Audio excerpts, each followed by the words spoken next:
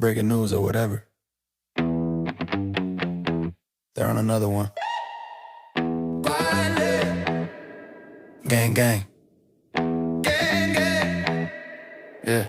Gang, gang, emergency Zoom film at 11. Same 5 goons, same deranged obsession. This changes everything. Bro, it's page 47 of emotion they skin while half watching Yellowstone. Gang, gang, squinting at 8 point, found like detectives. Zoom so far and the pixels are screaming for mercy. Look at this, timestamp 2022, my God, but they're yelling it like they just cracked Watergate. High five.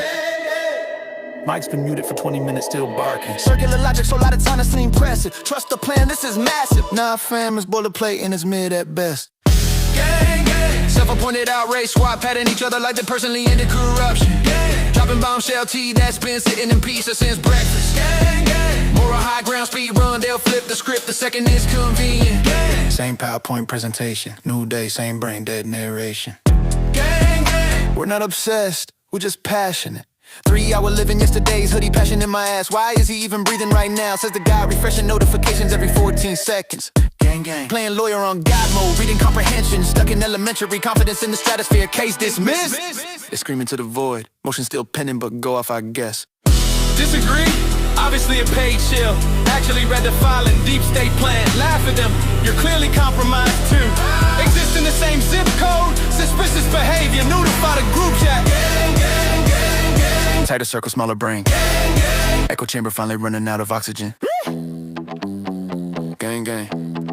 Yeah. Gang, gang, acting the actual judge like it's group chat. Replay all meltdowns, labeled just asking questions. Got warned by the core once, that was a suggestion. Still yeeted the same screed like it's strictly trash talk. Gang, gang, we're above all this drama. While screenshotting, they on meltdown for content. Preaching peace and love while actively baiting bears. And fake shock when the bear finally bites back. How could this happen? Gang, gang. Synchronized tantrum hours. 5 tabs open, all the same screenshot. Different zoom levels, gang, gang. Premature victory lap over legal language, still can't pause. Gang, gang. Standing 10 toes on business until tomorrow's finally send them scrambling again. Gang, gang. Hype the claim to the moon, then ghost the chat when it ages like milk. Gang, gang. Gang, gang, gang, gang. Gang, gang. Refresh. Gang, gang. Gang, gang, gang. See y'all same time tomorrow. Don't be late. Hey everybody, how are you doing this wonderful Sunday evening, man? I'm gonna tell you. So the past couple of streams, I don't know what it was, but there was something funky that happened. The screen went absolutely white, and I contacted the streaming service to see if it does it again. I've already got something set up, and I can forward you guys over to it really quick. So it'll be almost seamless. It's absolutely a pain in the butt. So I've got something set up. You won't be able to find it because it's just in case everything goes haywire again.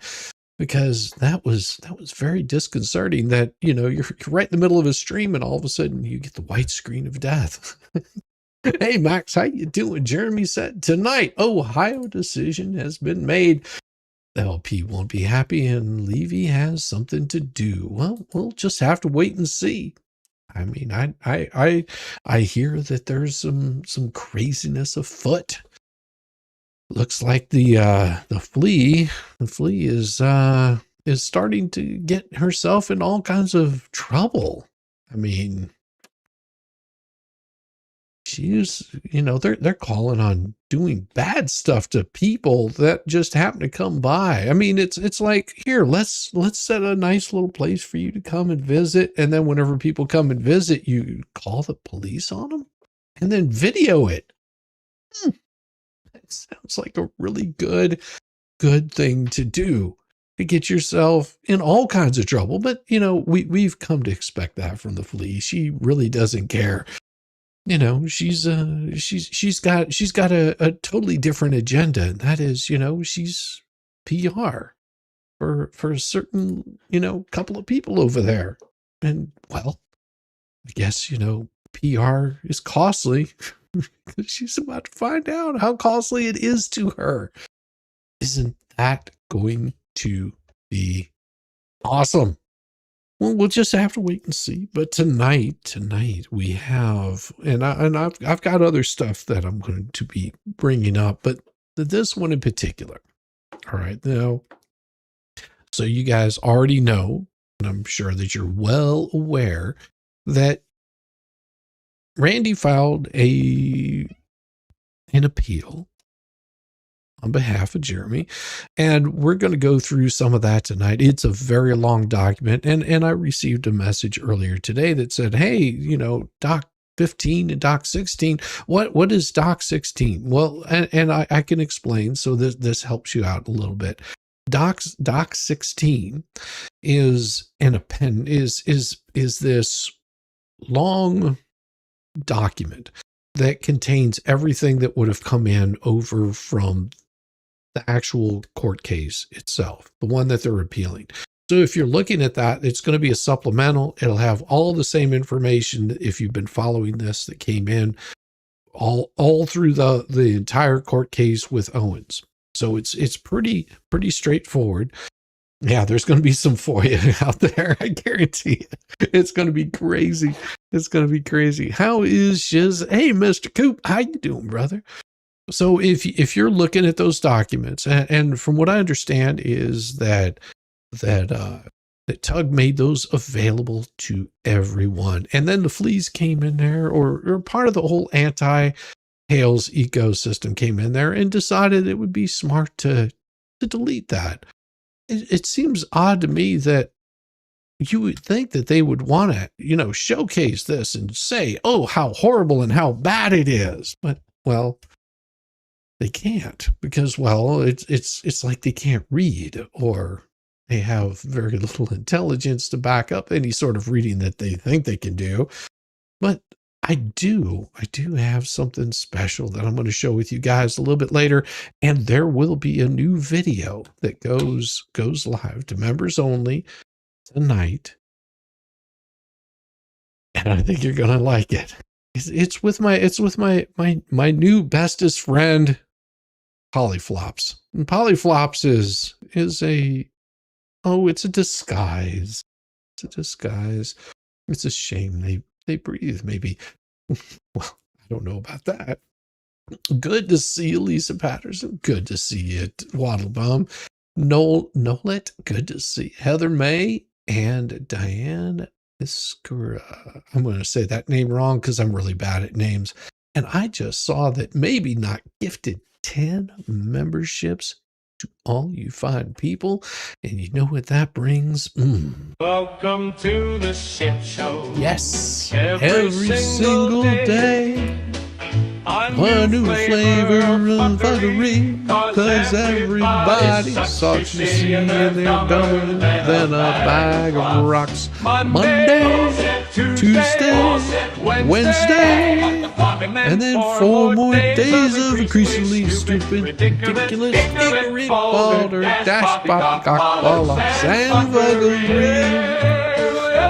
Oh, this is so beautiful. Thank you so much, Maybe Not. I appreciate you. Jenny received it. Sue Graham and Heather Cockane. I'm really bad with saying names. And X Rifles Inc. Awesome. I haven't heard of X Rifles Inc., but I like the name. That's really cool. And then, of course, I'm going to say that really bad. It looks like Cornelia Tunafon, but I'm wrong on that name. I know I am. Stacy Adams also received a gifted membership. Thank you very much again. Maybe Not. That is so nice of you. And thank you all you members. And K Matt Red Queen has been celebrating 12 months of memberships. Holy moly, a whole year already. Wow, it seems nuts. It's gone by so fast. Well, you know, it happens if you go to a jogging trail, you'll see nuts go by really fast also. It's so bad. Thank you so much for being here for 12 months. And I think we'll just have to play a birthday song for you because you've been here for 12 months. Rob Pate has just become a member. Thank you, Rob, for joining this crazy, crazy thing. It is an absolute blast. Thank you very much. And Rob is an absolute blast. I enjoy all of you guys. I'm just so happy to have you guys here tonight. congratulations to all those that received those gifted memberships. Most definitely, Heather May. And Jen Thunder, my pleasure. Yes, it is. It is so nice of you. And it is, oh, it is your birthday. Well, then we can celebrate this thing twice. That's what I'm thinking. We'll just make this happen absolutely 2 times in a row. And we will. Where did it go? I have it here. Oh, yeah, there it is. We'll do it twice just because we can.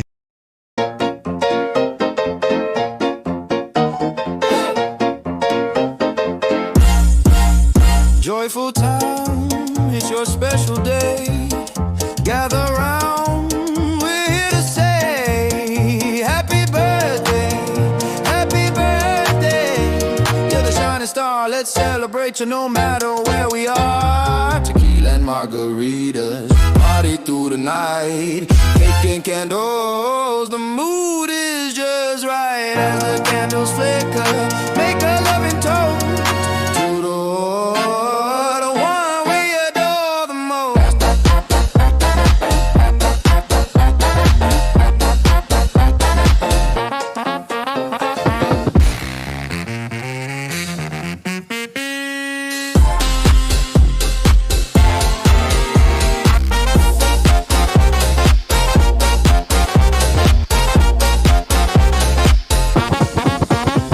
Happy birthday. And we're going to do it right again because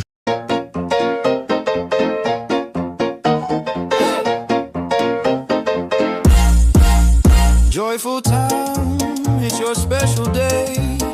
Gather round, we're here to say happy birthday, happy birthday.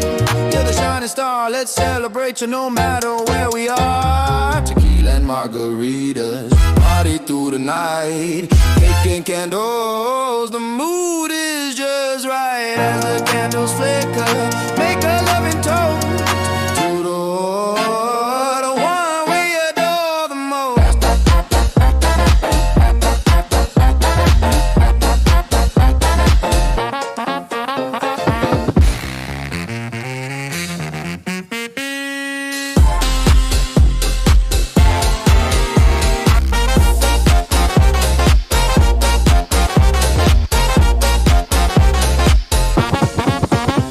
Happy birthday. yes, in the clouds, happy birthday to you. Not chatting much, your ribs hurt, your son was acting foolish. Jester had me laughing that much. That's awesome, Jack Miles. And oh my gosh, Shane Thompson has been here for 2 months. Happy to be in the Nut House. Yes, we are happy to have you here. We love this place. And hi, Robert Tower. Robert Tower, congratulations tonight. That is absolutely wonderful. That is absolutely wonderful. You got it. You got it. Sorry, you had a phone call? Well, I hope that you were talking dirty. I hope they called up and said, "Hey, talk dirty to me, Tammy Bugard." I love it. Thanks, May. I needed a win in your life. Hey, everybody is winning. If you are upright and you're breathing, then you are winning. I'm telling you, it is amazing how many people are not having the greatest time. If you watched any of the Afro Mantra, those people are really having like a really hard time. Now there's been people saying, oh, they're going to appeal, and we'll just have to see if they actually are that ignorant that they would appeal the decision by the judge, because it looks like Afro Man is going to be paying half the court costs according to court file documents, and that is ridiculous. That not only is he going to have to be paying part of the court costs, but it was them that brought the damn lawsuit in the first place. That shows you how butthurt that judge was. Emergency room visits suck. Yes, they do. God, yes. Last time I was in an emergency room, I was getting my forehead. I busted my lip open, but that one was just a bandage that I put over it. Last time was emergency room. I had glass in my forehead from going through a windshield. Woohoo! Cheers. Oh my gosh. Yes, yes. Shadow. Oh, you're going to have so much fun. Happy Karen sent an email to get you and ghosted. I don't send an email to what the hell's to get you and ghosted. I don't know who AN is. I don't know why anybody would do that. The cops in Afro Man say they really need to learn just to take the loss instead of a longer lifetime of humiliation by losing again. Yeah, I agree, Big Al. I agree. And I'll give you a little taste of what we got tonight because it is glorious. And whenever I share it with you, just know there is a whole video for this, and I gave you guys the song.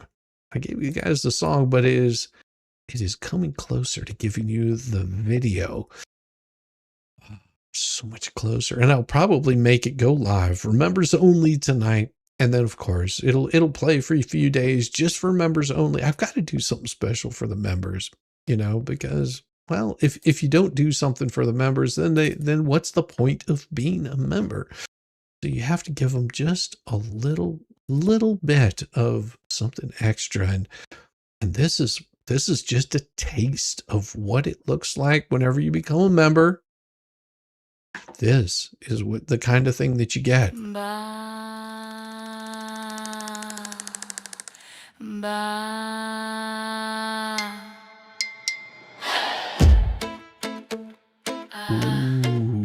They're sheep.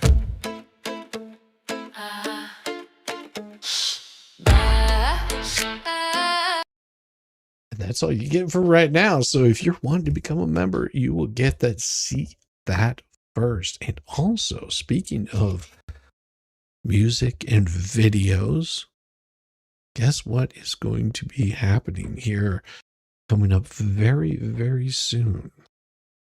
I'm going to be over with the wonderful Rosalind Duke, and we are going to be talking about videos and music and all kinds of stuff. And I would bet on the 31st, it is going to be off the rails. Because if I know Rosalind Duke, she usually brings the fun.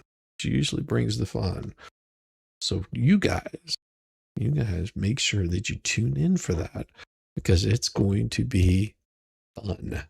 And that right there, and Rosalind and I, we've actually met in person. Yeah, strange, isn't it? So whenever we did Dollywood last year, Rosalind was there, and the Duke. Oh yes, and fun was had, and that is something that Expert does every year. He does this wonderful little get together, and people just come from all over the place. We had people coming in from Texas. We had people coming in, via airplane. Of course, we couldn't get MG there because, well, he pulled his crotch muscles or something like that. I think it was just, he got beat up by a 5-year-old, I think is what it was. But we had such a great time. We had Angie, we had T42, we had, it just, oh my gosh, Kaiser Pineapple. It was just this whole group of people doing the YouTube thing, coming and hanging out, and we had such a chill time. Broken Baker was there. Came all the way in from Denmark. MG had too many rabbits in the yard. He had to mow them all down. Yeah, it was their ears are getting a little long. But we had such a great time just meeting people in 3D World. And all the people that came out and supported it, they had a great time. There was no drama. It was just chill. And then we did an FNL live. We had Mo in the Deep End was there. It was just this great group of people. Rosalind, she is absolutely awesome. In person, absolutely awesome. And then, of course, we had Roseman Ranch came out. It's just like all of these people, and Mr. Ranch came out too. just a bunch of really, really cool people hanging out, having a good time, and tell the rest of the story. What happened when you all got home? Oh, well, whenever we all got home, yeah, that was a little different story. Whenever we got home, we had the Danish flu. So that was interesting. Valhalla, Volstorm, Dictionary, Diva. I mean, it was just this whole group of people getting together and having a great time. That you would expect it to be much worse, but it was never bad. We need a good jazz celebration song tonight. Hales in Ohio ruling in his hand. LP John going to jail. I mean, we'll see. We'll see. We'll hopefully they actually get their stuff together. I mean, and that's all on Levy County, whether they go to jail. And I cannot I can't run a stream and write a song all at the same time, or else you'd hear me like mumbling to myself and you would go, what is he mumbling about? And I like paying attention to you guys. Is Peter done? I don't know. I sure wish I could travel to meet y'all. Well, I wish you could travel also. I mean, T42 made it there. She had a great time. She hung out in Dollywood and just a beautiful, beautiful, beautiful time. I mean, T42 was awesome. If you've seen T42 in the chats, she was an absolute blast. We even had oh gosh, doggone it, Eris. Eris came in there and she was hilarious. Oh my gosh. Oh my. Yeah, she came in and just brought in every bit of Mexican that she could with her. It was great. She was throwing money to get men to dance for her. She was in a happy place. She was like, oh man, I will throw money and stuff it in your shorts so you just dance for me. So crazy. No amusement parks near me. Closest is Elix. I don't know what that is. But yeah, we had a great group of people. The cinnamon bread is heaven at Dollywood. Yeah, that's absolutely true. That's absolutely true. All right. Well, let's get into this brief because it is long. It is 70 pages of craziness. I've skipped past the first 11 pages, which are just a whole bunch of, appendixes and things like that. Now, there are quite a bit of documents in all of this. Blake Rich says, celebrating 7 months of membership. Welcome, Blake, and thank you very much for being here for 7 months. And yes, there are those little things. If you are a member, every month you're able to reach down there and you can do a celebration. 7 months. It is wonderful that you've been here. I thank you guys so much. Let's get this thing and we'll remove that. And we'll show that particular video a little bit lengthier towards the end tonight, but we won't keep this thing belingered here because it is a long document and it's absolutely crazy. Absolutely crazy. So the initial brief being filed on behalf of Jeremy, Martha, George. Appellates are referred to this brief as appellants, and that tells you who the people are. The appeal arises from a final judgment of the United States District Court, tells you that information. It says the district court subject matter jurisdiction and basically just giving you a rundown of what this is and what this part is. Now, you have to remember that they brought the claims under 42 U.S.C. 1983, alleging violations of their constitutional rights under the Due Process Clause of the 14th Amendment and the Full Faith and Credit Clause of Article 4, Section 1 of the United States Constitution. Additionally, they allege violations of 18 U.S.C. 2265, a federal statute requiring the enforcement of protection orders issued by other states. These claims present federal questions, thereby conferring jurisdiction on the district court. And then it just basically tells you who it's going to go to, that it was done in time. They had a certain amount of time to do it. They've already filed it within that 30-day period. the finality of the order and appellate jurisdiction. It's saying that the appeal is taken from the final order and gives you all that information. No interlocutory or collateral orders are at issue in this appeal. So there was no other orders in there. So they're not appealing any other orders. So you have to remember that this was dismissed with prejudice for failing to state a claim. That's what the dismissal was on. And basically the primary legal issues was their failure to give full faith and credit to the protection orders, whether appellee Owen, Florida state official, violated this by refusing to recognize and enforce valid protection orders issued by an Ohio court, the federal right enforceable through section 1983, whether it was actually fulfilled. Now see what Owen has been claiming here is that he's not enforcement, so they shouldn't be coming after him. That's one of his claims, but he took it as enforcement whenever he did the searching on this and actually putting himself in this position. Let's put it that way.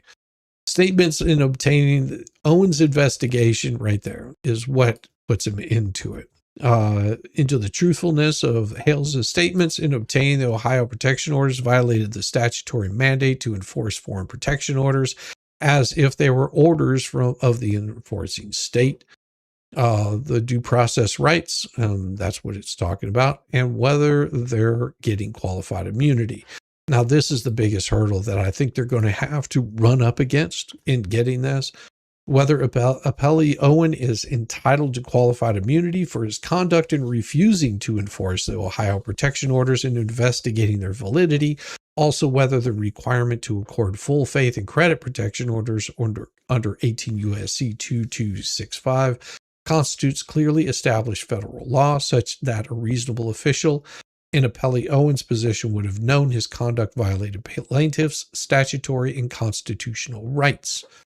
Absolute prosecutorial immunity, whether appellee Owen as a state prosecutor is entitled to absolute immunity for his conduct in investigating whether plaintiff Hales committed perjury or obtaining the Ohio protection orders, and whether such investigative conduct constitutes investigative function, not entitled to an absolute immunity or prosecutorial function. So they're just saying, what they're claiming is that they were completely within their rights. And what Jeremy is saying, that this was outside of your rights by the way that you did it. Full faith and credit clause, whether states must accord full faith and credit to protection orders, which without reexamination or investigation into their validity. Now, I mean, I do somewhat understand where they're going with this, but that might be a little difficult hurdle to get over. The way that I see it is, you don't want to just go and enforce a protective order without confirming that there's actually a protective order. So, I mean, that might be the problem that they run up against. But if you're sitting there with something that's signed by a judge, reaching out to the clerk, or even just pulling up the actual case number should be enough to satisfy that. And you can see right there, well, actually, they may not be able to do that. They might have to contact, because it is a sealed case, they might have to contact Ohio clearly, and they were found guilty of violating those protection orders multiple times. And from what everybody's saying here in chat, it sounds like they've done it before and they're going to do it again. Hey, definitely. Hey, how you doing, Marie? So state official liability under this section, whether a state official acted under color of state law, can be held liable for violating federal statutory rights. Relief issues, whether the district court erred in dismissing plaintiff's claims with prejudice despite plaintiff's request for leave to amend their complaint. Well, and I don't think there would have been anything that they could have amended in this, because they just said, no, doesn't give a basis enough. It's the same issue that I think they ran into with Bolith Toes was that he ran Megan Fox Afro Woman image she created through your anime creator. Could you make a song about it? Something hilarious for a video. I'd be able to. I don't know. We'll have to see. We'll have to see. Give me an idea what you want to have. I can probably come up with something. Statement regarding oral argument. Appellants respectfully request oral argument in this appeal. Oral argument is warranted for the following reasons. Complexity of legal issues. This case involves significant questions regarding interpretation, application of federal statutes, including 18 U.S.C. 2265. Specifically, the appeal raises issues about whether state officials' refusal to enforce out-of-state protection orders constitutes a violation of federal law and substantive due process rights. These issues are novel and require careful consideration of statutory language, legislative intent, and constitutional principles, which is just basically saying that, you know, these are very narrow issues, and they'll probably be debated one way or the other. Clarification of factual and legal disputes. The district court dismissed plaintiff's appellant's claims on the basis of Civil Procedure 12b6, finding that the allegations failed to state a plausible claim for relief. Plaintiffs' appellants contend that the district court misapplied the pleading standards under Ashcroft. I'm not even going to try to say that in Bell Atlantic. Oral argument will allow the parties to address the sufficiency of the allegations in the complaint, clarify how the facts as pleaded supported the claims under federal law. Importance of the issues to public policy. The enforcement of protection orders across state lines is critical. Issuing affecting the safety and security of individuals who rely on such orders for protection from harm, which it absolutely does. Because imagine that you're being stalked by, you know, you're from say Texas, and you're like, you know, I'm just going to go back to my family in California. Just using this as an example, you're there in Texas, you get a protective order while you're living in Texas, and you move to California, and while you're in California, your stalker comes and follows you out to California, still stalking you. If California says, yeah, we're not going to recognize this, and they question it, by that time it might be too late. By that time, they've already, you know, clipped off like little sections of your hair and have you in the bottom of a well and sending down, you know, their lotion just to make it a little bit, you know, creamier. But, you know, that's the only problem is if they don't follow through with it, then what was the point of getting a protective order in the first place? You know, it could be the day after you get there.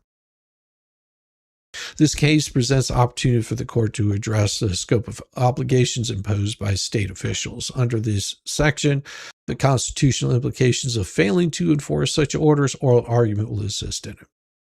Interactive nature of oral argument. The interactive format of oral argument will allow counsel to respond. Now, you guys let me know if the screen goes completely wide again, because if it does, I've got something set up for that. Good to see you. Happy. I'll text you as soon as I see them procrastinating. And such applicability of prosecutorial and qualified immunity, the interpretation of law enforcement personnel, and a procedural process analysis. This will aid in the court resolving ambiguities in the record or legal argument. And for these reasons, plaintiffs' appellants respectfully submit that oral argument will significantly aid the court in its decisional process and request the court schedule oral argument in this manner. It's going to give a statement of facts, which is basically just saying where they are from. That it says that there were orders issued and reasonable notice and opportunity to be heard. Preston and Cook both attended the hearing via video conference and represented themselves. The issuing court had jurisdiction over the parties, subject matter under the laws of Ohio. And under 18 U.S.C. 2265, Owens was required to give full faith and credit to the protection orders and enforce them as if they had been issued in Florida. Appellee Owens is assistant state attorney for the 8th Judicial Circuit State Attorney's Office. Instead of enforcing the protection orders as required by law, Owen refused to recognize the validity of the orders.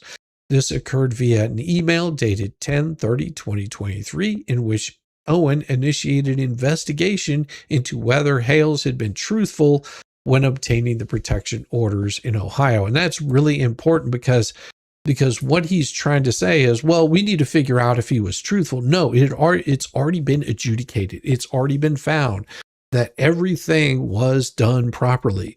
The judge found that there was a protective order. It doesn't matter if he was absolutely 110% wrong. The Ohio court found that he was 100,000 times correct. Over and over and over again, they found that Jeremy Hales was correct in obtaining that protective order. And that right there, they should have, instead of looking into whether, well, was he truthful in this? It's already been adjudicated. The judge has already made a decision on it.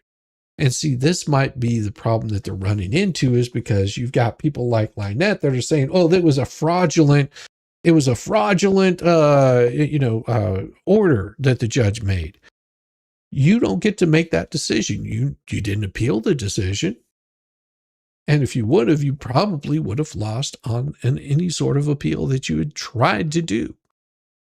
Owen's email was sent in a response to an email sent to him by Brett Buttchamp, and undersigned legal advisor for Levy County Sheriff's Office, with the subject line, "Need some help," in which Owen stated, "Can you email the petition that appellant filed in order to obtain this order of protection?" That is bad. That right there was enough that it should have been, he should never have done this. What he should have received was, this right here is the order, and this right here shows that the judge has found that they will be in violation, and you need to follow through with this. You don't need to find out what the petition was. Also, it being sealed, more than likely, they may not be able to even give it to him. And it's already been adjudicated. So it doesn't matter if Jeremy lied to get it or if he made up an absolute bullshit story. The judge found that he was correct and that she needed to have that. And it looks like they're probably going to be getting another 5 years tapped on top of that. I like that last line, that BS. Please request from the clerk of Summit County. I want to see if he committed perjury in the petition. That's not his job. That is not his job to find out. If that's what he's doing, then he's trying to charge on another case, which means that he is just trying to stir up shit. I don't know. Is this where Owens is getting his drugs from? Is he getting them from John Cook and Lynette Preston? I'm curious, because you've got to be freaking high to think that you can do this crap again, that you can redo this. And that's what it looks like to me. I mean, that line right there, this right here, can you email me the petition that appellant filed in order to obtain the order of protection? If you don't have a copy, please request one from the clerk of Summit County. I want to see if he committed perjury in the petition. Like, what kind of person sends this in an email? What kind of laws has he broken doing this?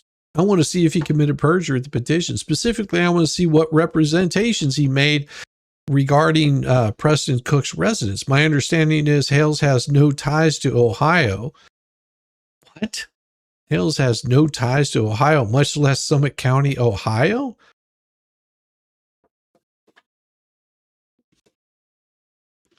He's from Ohio. He has vacation property in Florida. What do you mean doesn't have any ties to Ohio? Hell, Preston and Cook, the reason that they got that was because they contacted Mayor Dan. That's what got this shitstorm set off in the first place. That's what started. I mean, everybody tends to forget because you got You got Fleesa that's thrown her fat ass in there. You've got Paint Chip. You've got Vomit. You've got all of these other hangers-ons. They're like dingleberries just hanging out there, that they've added themselves into all of this shit. But you have to remember that all of this garbage started with Michelle and John, or Lynette and John, or whatever she wants to call herself this week. It doesn't matter. They are the ones that they are the ones that stalked Jeremy to Ohio, from Northport to Otter Creek, and then started contacting people in Ohio whenever they did not give them the response that they wanted.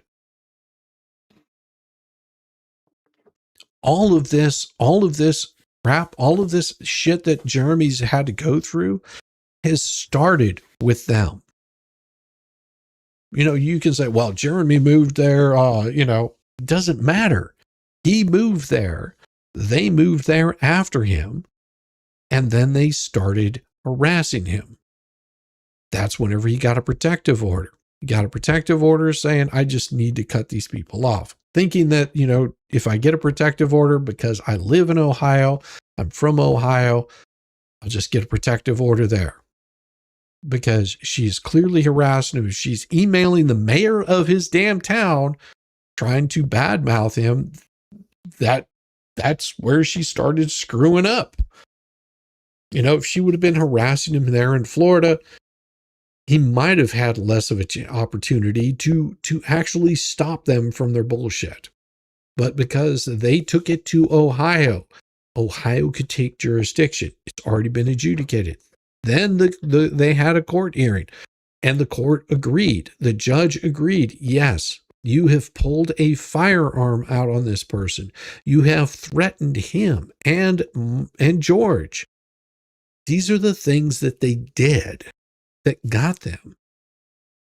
All you have to do is watch the deposition. You can see exactly the kind of crap. Jeremy has it up on his thing. You can see everything that happens in the deposition. They get butt hurt because they're just like, well, we never got an opportunity to present a case. Well, you had an opportunity to present a case, and it was a shit case. You proved the point that you were harassing them. Whenever you've got John Cook driving down the damn road, going, there he is right there, and pulls up on him and then starts threatening him. It goes to show you the kind of behavior that there's just like this is what we're dealing with on a regular basis. This isn't like a one-off. This just happens to be what they got on tape. And he burned himself on that crap. It was his own evidence, John Cook's own evidence, that showed the kind of bad behavior that these people were doing. How would Jeremy be perjuring himself on that? On or about November 20th, 2023, George reported protection and enforcement on the orders on S. Williams, 710, Levy County Sheriff's Office, piece of shit garbage. I reviewed the Assistant State Attorney's email regarding this matter. It reads that appellee would caution against enforcing this injunction. As you can see right there, I reviewed the Assistant State Attorney's email regarding this matter. It reads that they would caution against enforcing the injunction. Why not? Why won't they enforce the injunction? George was made aware of this and was told this report would be for documentation only.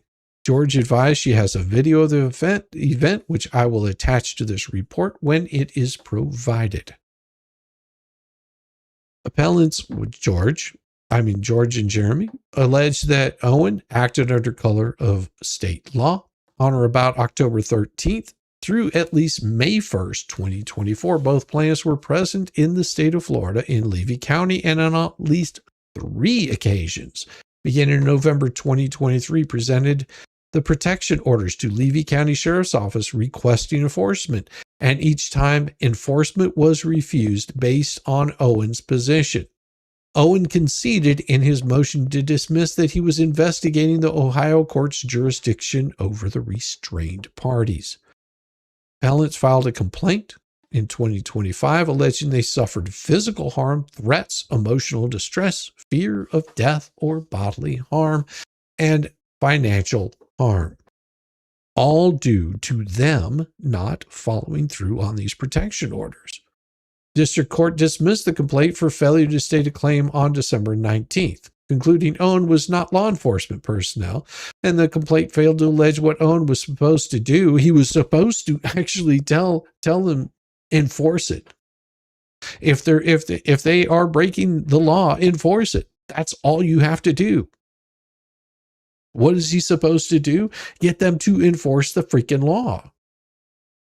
I mean, how else are you going to get these people to do anything? It would, imagine this. You're sitting at home and someone kicks down your door and you look over and it's the sheriff. And you go, why are you here kicking down my door? Well, we're enforcing an order on you. Okay, what was the order? Well, you're not supposed to be talking on the phone, whatever it might be. And you go, okay, well, that's garbage, but you're doing your job.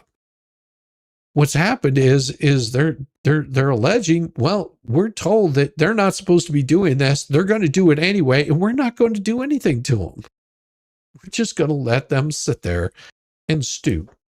We're gonna make them not want to be in our nice little town because, well, 2-inch pipe was just too much. They took it too far, too much. Still think Rusta Sucks was a good old boy connections has something to do with this. Remember, they didn't even do a state hearing on Russ's material financial alterations. Yeah. Alterations. Yeah. I mean, I wouldn't be surprised if it's good old boy shit going on there. They have pleaded no facts plausibly, suggesting Owens nullified anything. Yeah, he nullified that whole protective order, even if appellee Owens asked for a copy of the documents and pondered whether appellants obtained the orders unlawfully. That doesn't nullify any valid order. Yeah, it does. If he's telling law enforcement, he's going, we need to look into this a little bit further before we do it, because I think this boy might just be lying. So let's investigate this. No, what you need to be doing is whenever they break the protective order, you need to go, you are going to be placed under arrest if you do not leave. Give them one warning. Say, you will have to leave. And if they don't leave, arrest them immediately. I mean, this is one of the easiest. This is so much easier than trying to chase somebody down on Highway 10. Or Highway 1 or whatever it is that you've got going through Levy County. It's so much easier than, being in a high-speed chase. This is low-hanging fruit. You could nail this thing out, lock them up, let them spend 30 days in jail. And then it'd be like as time served. And then whenever they get out, they'll think twice about doing the shit again. It's really easy. It all revolved around the town hall. It doesn't matter where it's at. They're not supposed to be anywhere. Levy County Sheriffs would like to treat Jeremy like they did individual TC recorded. Whether appellants obtained the orders lawfully, that does not nullify any valid order and does not preclude a court of law enforcement from acting on orders. That it question whether there was a private right of action under Section 2265 or whether it's enforceable through Section 1983. The appeal followed. Summary of the argument: creates a private right of action. The standard of review, the appellate court reviews it de novo. Claim has plausibility, and here is the argument. Basically, it states right here, Section 2265 creates individually enforceable rights under Section 1983 because it is mandatory. Command that protection orders shall be, and this is important, not maybe. And you have to remember this, and I'm not making fun of you, maybe not. There's a little thing in law that I learned just from my wife, which there's a big difference between shall and may. Like if it was to say that protection orders may be accorded full faith and credit, it would mean that under certain circumstances might happen.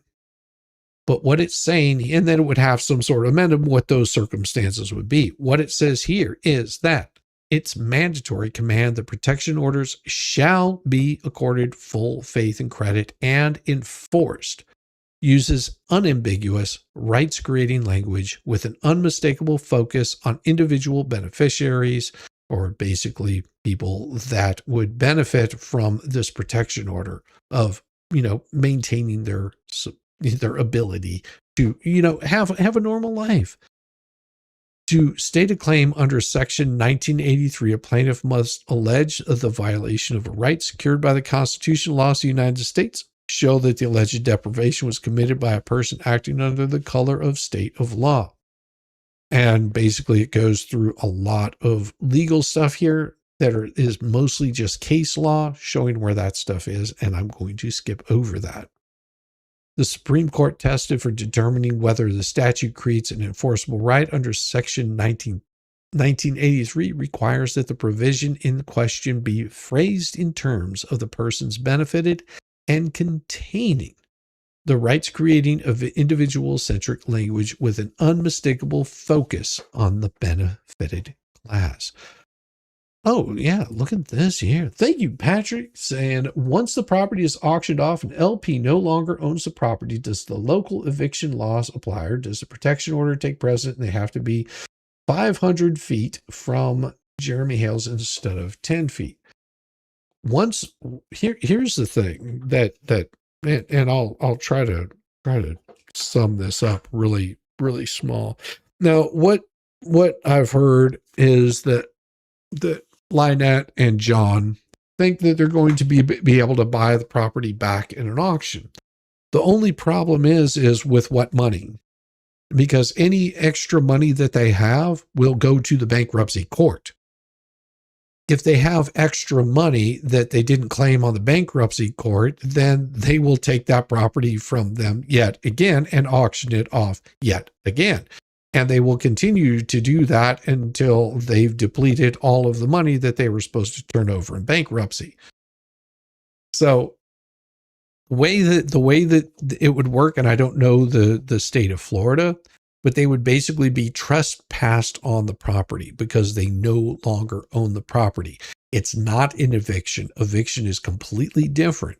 If you're getting somebody evicted from property, I don't know what squatters' rights are in the state of Florida, but I can almost guarantee that if they try to claim squatters' rights, they would still be trespassed from that property and would be arrested almost immediately, because that becomes criminal, because they won't be the owners. They would be allowed, more than likely, a certain amount of time to remove whatever belongings that they don't own anymore, if they're allowed to, and then they would be trespassed from that property. It's not a regular eviction. An eviction would mean that somebody owns the property, you're renting it out to them, you have some sort of contract, and you can do that. I don't know how it works there. We had the same problem here in the state of Georgia with someone that needed to be evicted out of some property, but they never held any ownership in the property. They had just moved a bunch of their shit into the property and then fenced it all up and started saying, well, you can't get my stuff out of here. We called the sheriff's department over there. Sheriff's department was like, well, we can't really evict them without a notice of eviction. It's like, no, they're trespassing on the property. They have moved their stuff onto our property and it needs to go.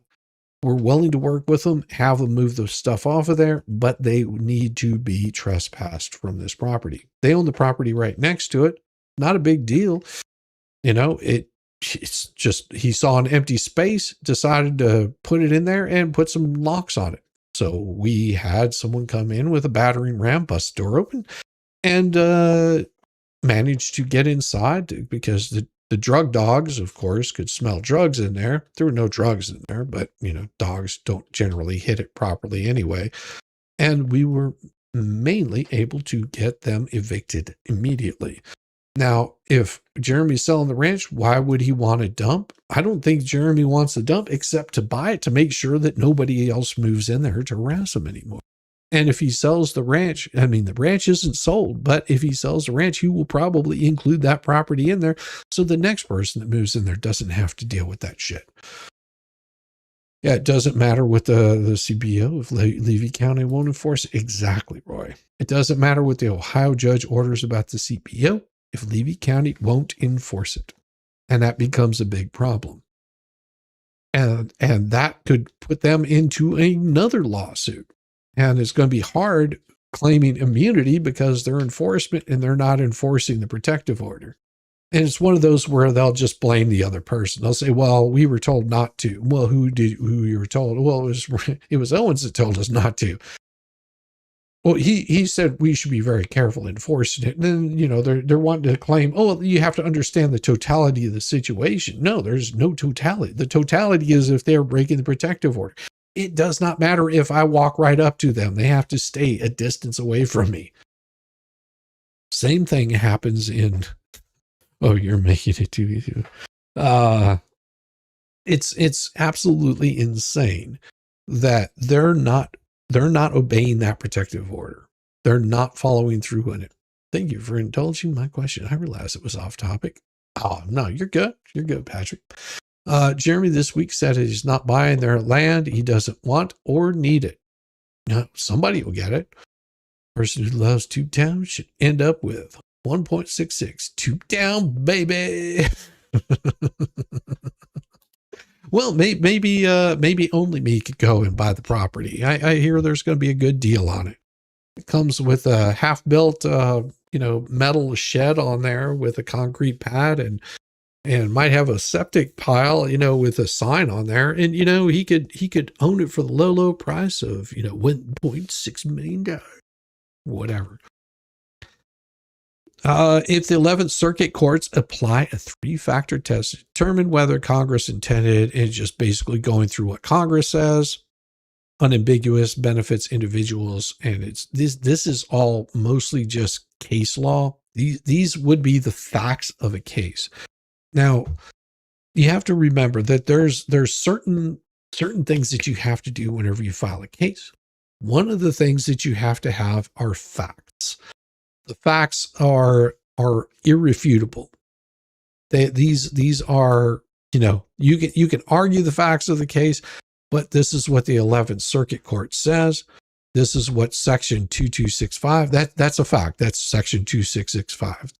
Everybody already knows this, and that's what they have in there. Debbie Baker says, I have a question. You may not a clue. I watched Jeremy empty the trailer he just bought. I see him throw items in that are very nice. Maybe not worth the money to ship it. Can Travis sell? Yeah. I mean, he absolutely could sell if he wanted to. That would be up to Jeremy, but you have to remember that they're trying to eliminate a lot of it. You can tell, for example, it may look really nice, but it may smell like a rat or a skunk, or it could have some sort of funk to it, or it could be that parts of it are missing and the cost to replace a broken part wouldn't be worth it. What you have to remember that Jeremy being in the business that he is, and also Travis being the way that he is, Travis may not want to spend the time making something look a little bit better just to sell it whenever the cost is more of a labor of love than it would be beneficial to continue on. Yeah. And this is something that I had to explain to my wife, and she I think she understood it, was that, whenever we were looking at, she was like, hey, can you build this piece for me? And I said, well, when do you need to have this piece done by? And she was like, well, I'd like to have it done, in the next month. And I'm like, it's not going to happen. I won't have the time to do that and do these other projects that you want. And so what she did was say, well, I'll tell you what, if I can find it for X amount of dollars, does that sound good to you? And I was like, absolutely, because it would take me, at least 10 times that amount of work that I can be doing on these other projects that you need done. And you have, especially in business, you have to really determine how much time you want to spend on one particular thing. It's like having a sock that needs to be darned, and you don't know how to darn a sock, but you send it over to somebody else to darn that sock, and they charge you, $10 just to darn a sock, whenever you could have just bought a whole pack of socks for the same amount of time and money. But that's a really good question. Yeah, they could possibly do that. And also thank you, Debbie Baker, for the $20 super cash app. I appreciate that. That is absolutely wonderful. Thank you. And hello, Cumulus vapes. See, I need to learn to read. Cumulus vapes. Thank you very much. I appreciate it. Thanks for coming by. Marama says, Shizzy, law enforcement across the world are battling with written law and how to apply it. They get cases. Court and judges are so soft beans. It slapped the wrist and wrist for and you. Yeah. I'm sure Jeremy and Travis has something worked out. Yeah, I wouldn't be surprised if they do. And also, they have a very tight business that they have to run. And also Fallen Hero gifted 1 membership. Thank you so much. I appreciate that gifted membership. Let's see where that went to. That went to Dragon's Gravy, received a gifted membership by Fallen Hero. Thank you. I appreciate that. And I try to catch those as they come in. Sometimes I'm not able to get those. Nothing new on bankruptcy. Well, of course there isn't. As it will be shown, and it just basically goes through some more of this. Full faith and credit, any protection order issued that is consistent with subsection B of this section of the Court of one state Indian tribe territory. Just same stuff that we've read through before. Give me a second. I'm probably cough here. Here we go. Rights created language. The statute must be couched in mandatory rather than precatory terms. Okay, sorry. Terms to create enforceable rights. And this is just more of telling you what the actual statute is. And if you're really wanting to deep dive on the statute, you can start at about page 24. And it starts giving you what the statute is. And like I said, some of this is just telling you what all of the legal, it's a lot of legal jargon, and I don't want to, spend too much time going through this of what all the legal jargon is. I can do it, but it's sort of boring if you think about it. And just understand that this would be correct. As far as him putting this in there, it's not going to be something that's going to be disputed. These are indisputed facts that they're just not going to happen. And section 265, unambiguous portion of it, and goes down through here. Man, we are flying through this. Individual, and let's see. I hope I didn't pass by too fast. Okay. All of that means that section 2265 unambiguously benefits individuals protected by protection orders, creates enforceable right under section 1983. The statute contains rights creating language focused on individual beneficiaries, addresses individual needs rather than system-wide goals, and lacks any alternative enforcement mechanism. And so, because you guys were asking, so what other option do they have of getting this enforced? And that's the problem. If Levy County won't enforce it, it's not like you can force Levy County to enforce it. They're just refusing to do it. The way that you get them to enforce it is by filing a lawsuit against the person that's telling them not to do it and say, you're not enforcing these, and we are coming after you for not enforcing the laws as they are written. That's how you force them. I've seen Jeremy threw out items like dresses, tables, big items, and a lot of them Jeremy is not interested, but if Travis sold them in a garage sale. No, it would be a lot more than that. That he would. You have to remember that there's supply and demand. Yeah, I completely understand what you mean, Debbie Baker, but it is a supply and demand. If imagine you've got 50 tables, and I can tell you there's a cool little flea market there in Chambly, nice little flea market in Chambly. They have tables, they have lamps, they have jewelry, they have cups, they have antique cups, they have they have glassware, they have toys, they have all kinds of stuff. But if you go through there, 90% of what they have has been sitting in that building probably since it opened. Nobody's purchased it. And they've sold they have items marked for $5 for a table, and nobody purchases the table. There's certain things, they may look good, but whenever you get in there and you actually start looking at them, you have to remember that you don't have any place to put it. Same way with clothes. Don't have anywhere to put it. They might be outdated. Nobody's interested in them.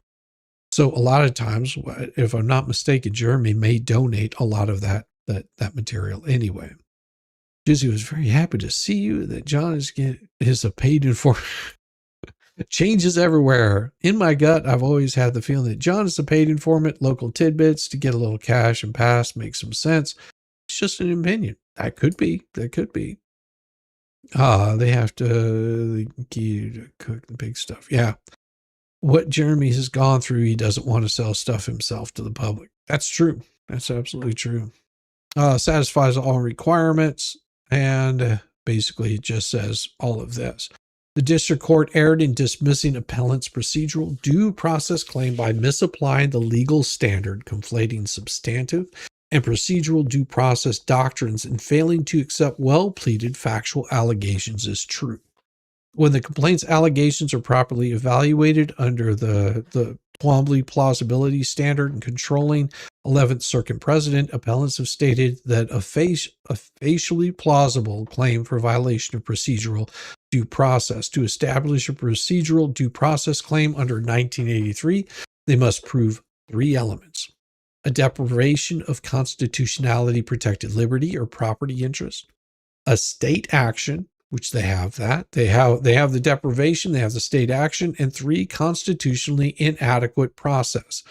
And they've hit all 3 of those. The complaint must be evaluated by accepting all well-pleaded factual allegations as true and drawing all reasonable inferences in appellant's favor. 14th Amendment Due Process Clause provides that no state shall deprive any person of life, liberty, or property without due process of law. U.S. Constitution. 14th Amendment liberty interest may originate either from due process clause. Appellants allege they are protected persons under two valid orders, one for George and one for Jeremy, issued by the state of Ohio, designated to ensure their safety and security. These protection orders were issued after a hearing on October 10th, 2023, in which the persons against, which were John Cook and Lynette Preston. And I'm skipping over a lot of this because it's not, I gotta tell you, I had some of the best ribs tonight. I did some beef ribs. Oh, beef short ribs on the smoker. I just had a little burp. Tasty. The Ohio protection orders do not create liberty interests. Rather, they recognize and provide a procedural framework for protecting the pre-existing constitutional liberties, so on and so forth. And the orders were issued after a hearing with notice and opportunity to be heard. These judicially issued orders represent a formal recognition by a court. Federal law reinforces this framework. The district court's order does not explicitly address whether appellants alleged I'm not going to be able to say it. Cognizant. That's what I want to say. Liberty interest. Instead, the court focused on whether appellants stated a substantive due process claim and concluded they had not alleged facts to support such a claim. This analysis is fundamentally misapprehends the nature of the appellant's procedural due process claim. As the 11th Circuit has explained, deprivation of state-created rights that do not give rise to a claim for violation of substantive due right may nonetheless give rise to a claim for violation of procedural due process.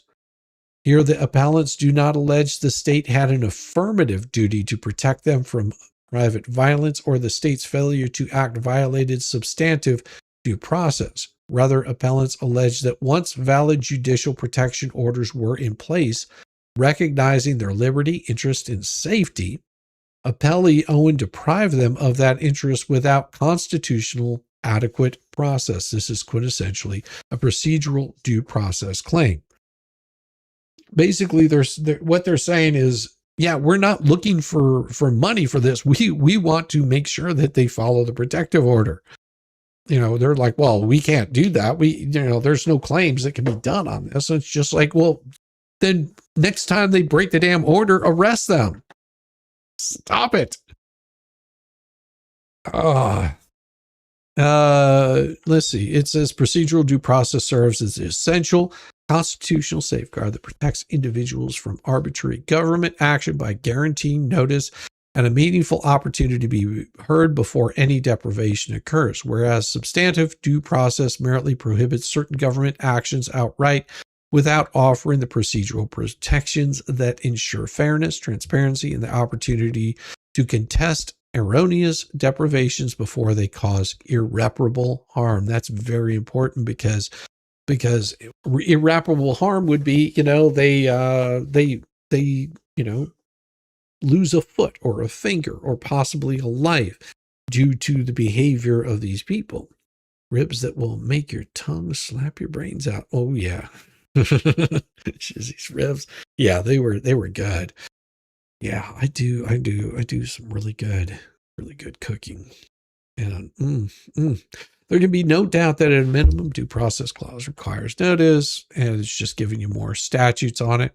By contrast, the substantive due process bars certain government actions regardless of the fairness of the procedures used to implement them.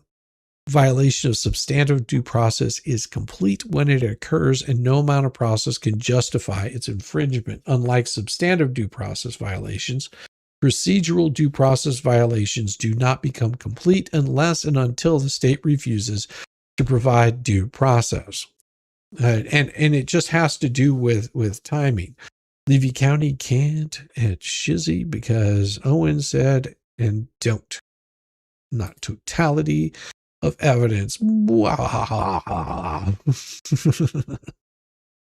As Owens did harm by saying don't enforce. Yeah, that is, well, what it was is he didn't. You have to remember that he didn't say not to enforce, according to him. Okay? Big difference. So what he said is he cautioned them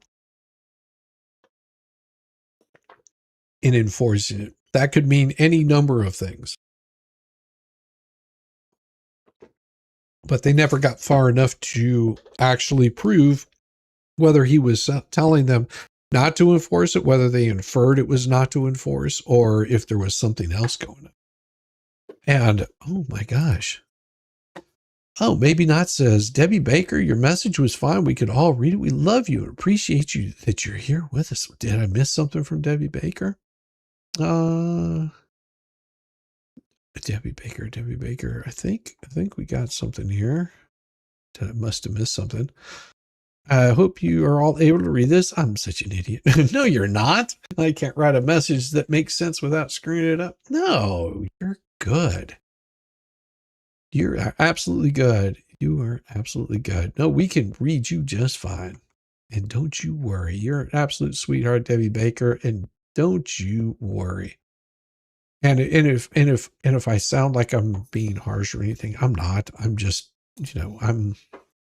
I read things really fast sometimes. If Levy County would start charging Lynette for her false reporting, she would stop her nonsense. I mean, she is crying wolf quite a bit. She just isn't concerned that her messages are not good. Oh no, her messages are absolutely fine. I love her messages. I wish and I agree. I wish that Travis could do something with that kind of stuff.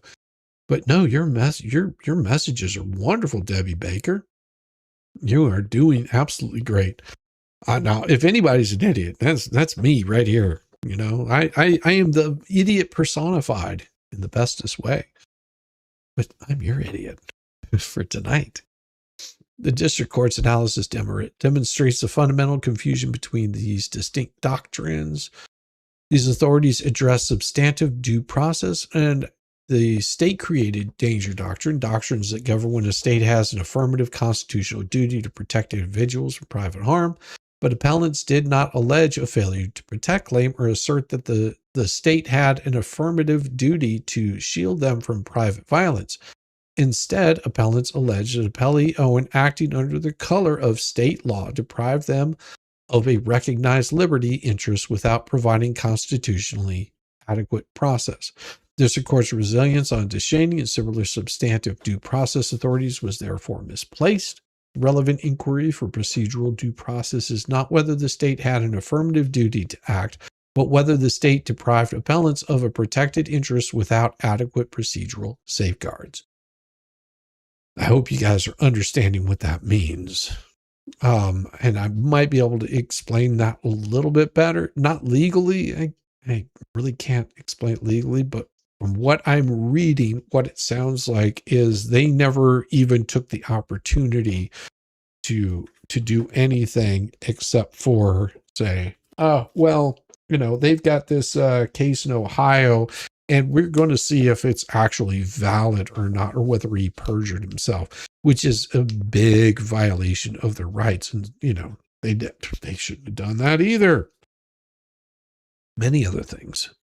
Instead of investigating probable cause to arrest for violating, see right here, there's the explanation. Instead of investigating probable cause to arrest for violating the Ohio protective orders, appellee Owen investigates the validity of the judicial protection orders that are valid on their face and advising law enforcement against enforcement. There it is right there. All without notice or opportunity to be heard, thereby undermining their protected liberty, interest, and depriving appellants of procedural due process. Wow. I couldn't have explained it so much better. So many words for your blonde head. Don't you worry, Stacy. Exactly, Deborah Kennedy. Instead of doing their job and honor the protection order, they decided to investigate Jeremy to see if he fraudulently obtained it. Exactly. That's what they should not have done. This one, boom, Owen is cooked. Well, no, here's the thing. And as much as I like to say this, you know, that yeah, I mean, Owen is cooked on this. He has certain things that he can get absolutely away with. And even the appellate court is more than likely was always going to agree with him. I will be surprised. And I'm telling you right now, I will be surprised if the appeals court even allows this to be retried. And the reason I say that is because of Owen still has that qualified immunity.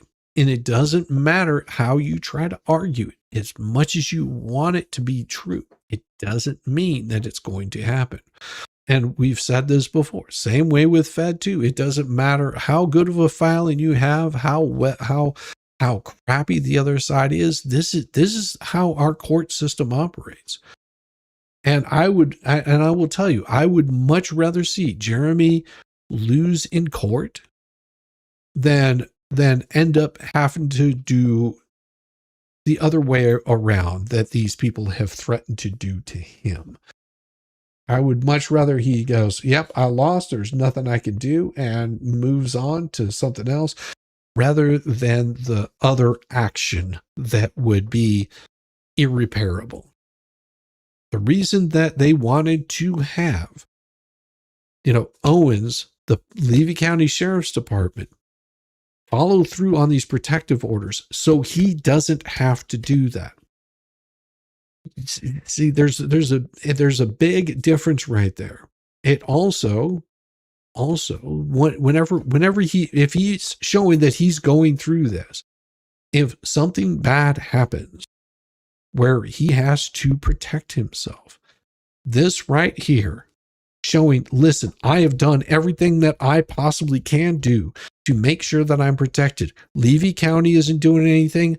Owens isn't doing anything. This person's not doing anything. They are not handling it here. And there is nothing else I could do whenever this person pulled and started to do something bad to me. And I will tell you right now, this right here, doing this, all of these steps right here, legally, if there is something bad that happens, nobody wants that to happen. If something bad happens where Jeremy has to defend himself, he will be able to pull all this information up and show them, I have done everything that I possibly can.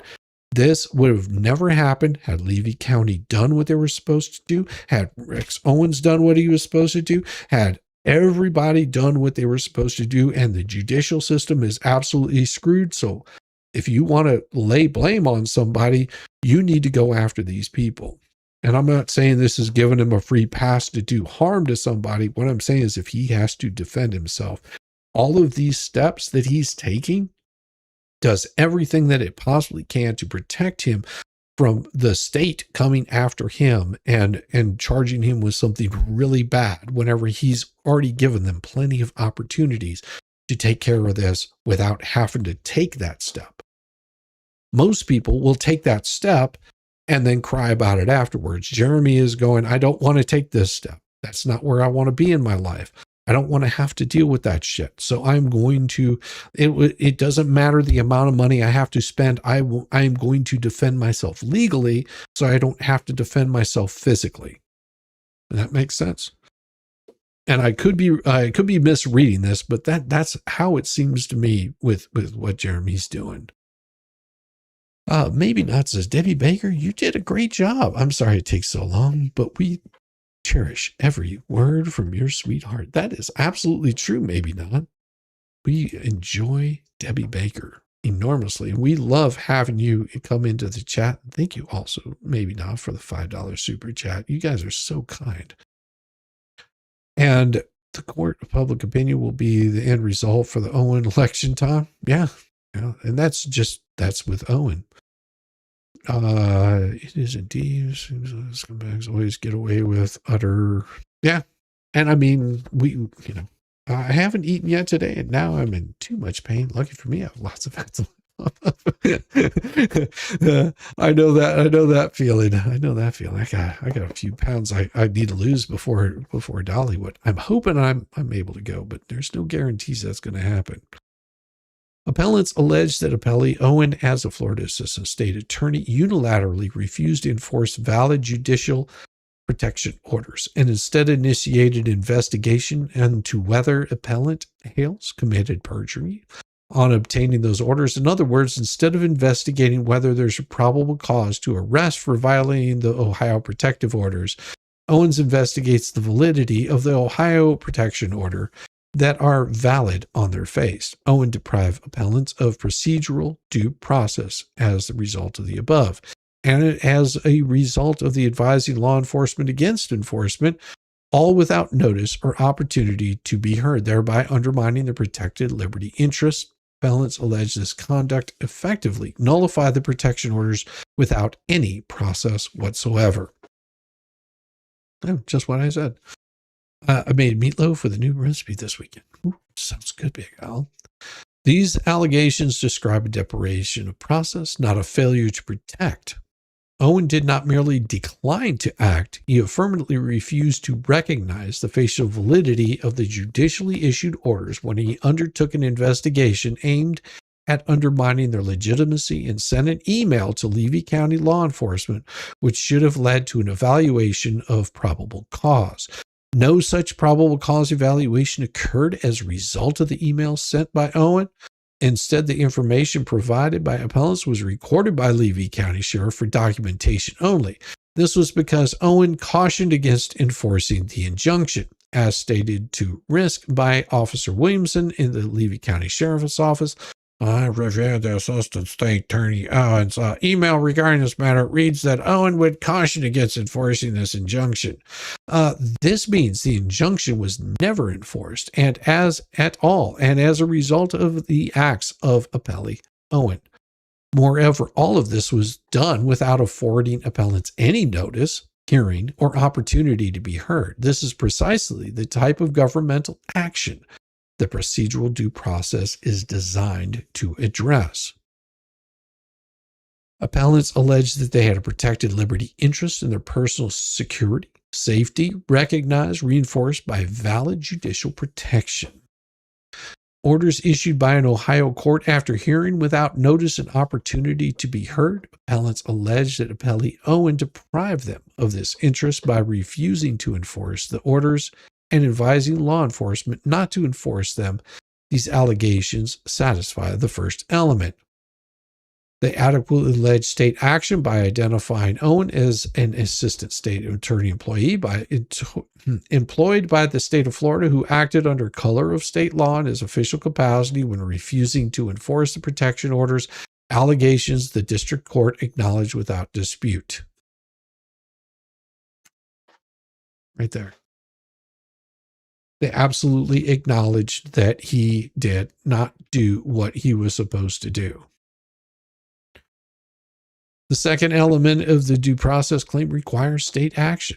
They allege state action. The complaint identifies appellee Owen as a state official employee of the state of Florida, tells you who he is, what he is. He's a state actor employed by the state of Florida, and these allegations satisfy the second element.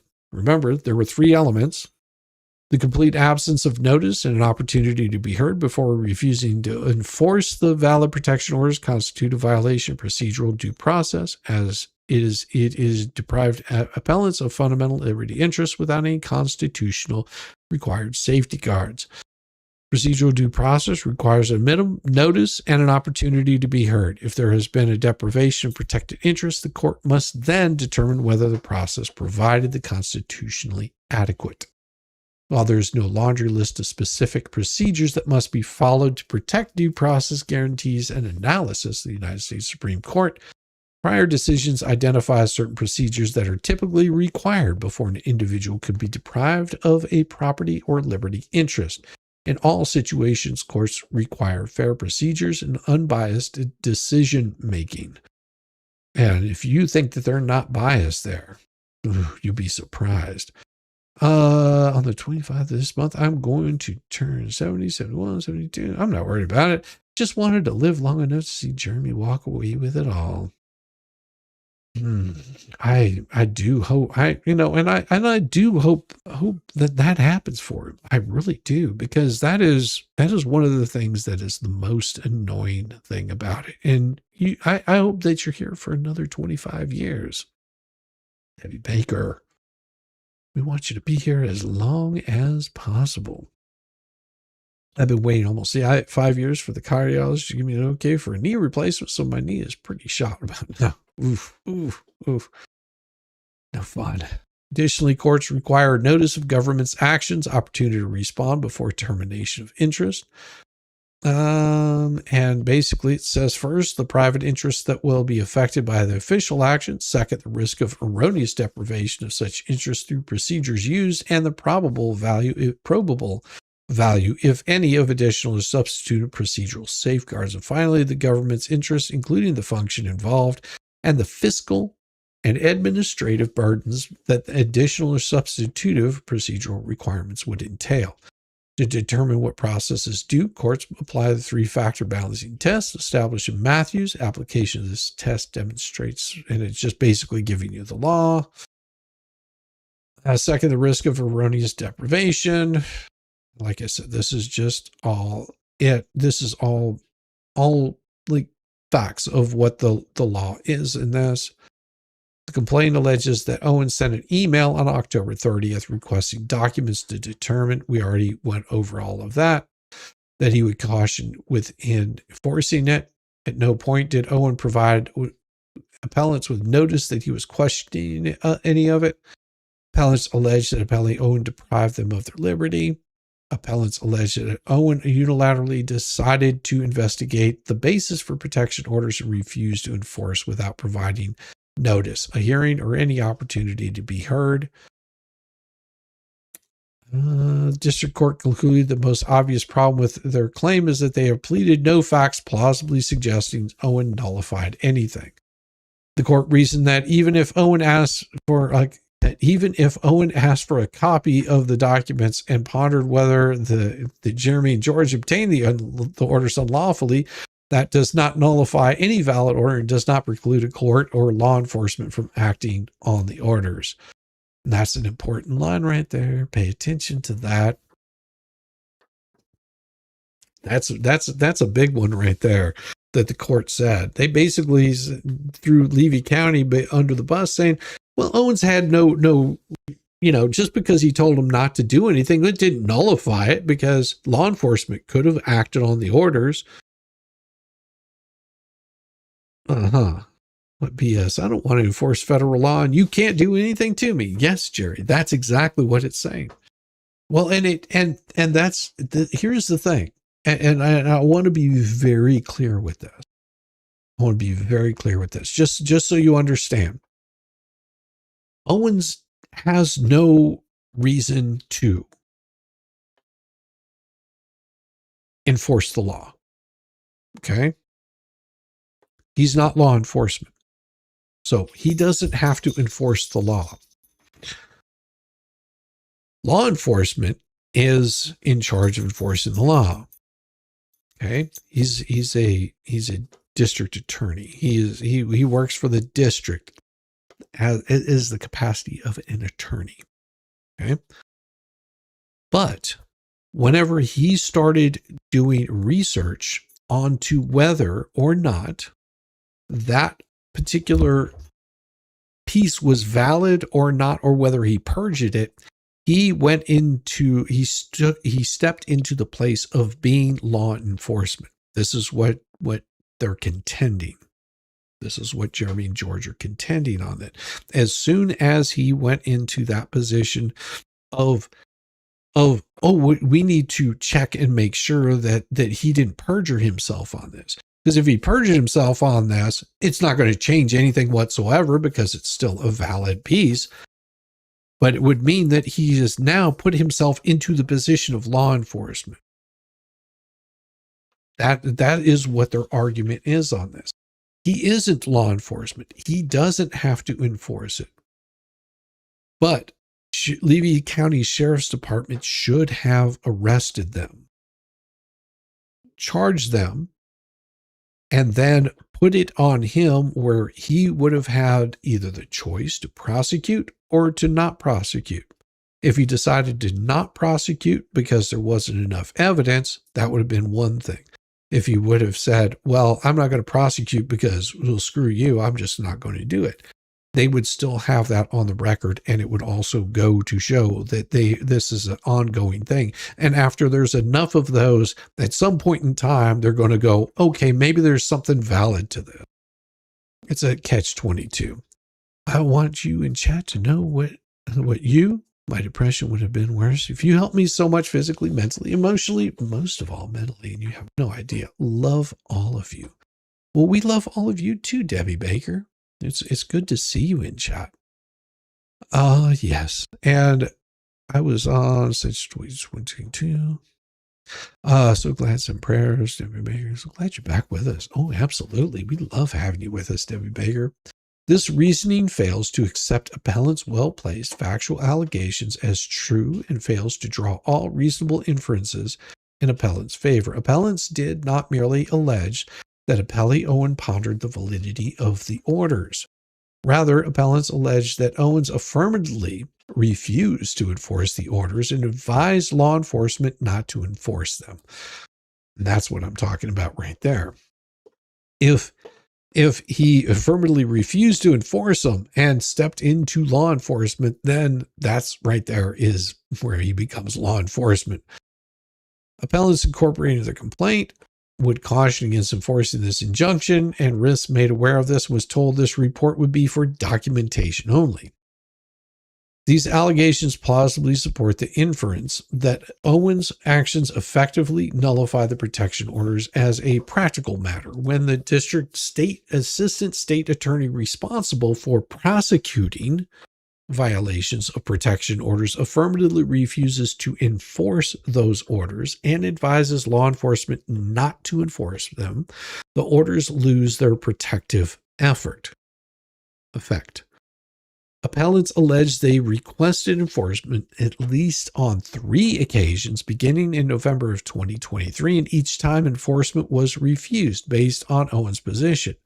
Moreover, Owens' investigation into whether appellants committed perjury in obtaining the orders constitutes a collateral attack on the validity and judicially issued orders without affording appellants any process. The Ohio court issued the protective orders after a hearing in which the persons against whom the orders were issued had notice and opportunity to be heard. Those orders are entitled to full faith and credit under federal law. By unilaterally deciding to investigate the truthfulness of appellant's statements in the underlying Ohio proceeding, Owen effectively relitigated the merits of the orders without providing appellants any notice or opportunity to be heard. Yeah, he tried to retry their whole case. Although district court questioned whether there is a private right or a federal full faith and credit provision, whether it's enforceable through civil rights statutes, the procedural due process claim does not depend on establishing such a right of action. We're down to 53. Cool, we are moving right along on this. Section 2265 provides certain states and was alleged that under this federal statute, Owen was required to give full faith and credit. The due process claims does not depend on establishing private right of action. That refusal violates procedural due process. It's basically the same thing, just the refusal violates the procedural due process by unilaterally disregarding orders. District court erred by conflating the statutory definition of law enforcement personnel under 2265 with the requirements for procedural due process claim, as Owen, though not law enforcement, acted under color of state law and exercised authority over protection order enforcement. And that's the big thing right there. He acted under color of law and exercising, doing a research into that. Let's see. District court concluded that they failed to state a claim. Even if appellee was not law enforcement personnel within the meaning of 2265, that does not preclude a procedural due process claim under 1983. That's where they're going to, like I said, they're just going to have a hard time arguing this portion right here. As a state official acting under color of state law, but this is where they're hitting it. So, like I said, it's going to be hard to prove, but I mean, they're throwing what seems to be, to me, in my opinion, all of the documentation that they would need to, get them to at least get the appellate court to hear it. Now, whether they will or not, I mean, they'll look at all of this evidence, and there's a possibility that nothing will move forward. Appeals take a little bit of time. And that's the thing about it. This appeal, although it's up here right now, showing this appeal, it doesn't mean that it's going to happen. And what I'm going to do is I'm going to give you another little taste of some fun music, because that's what we like to do, and it's going to be going live. But we'll play it about a quarter of the way through just for you guys. Because I need to give my voice just a little bit of a break. Here we go. And open that. All right. Let's do this really quick so I can get some beverage.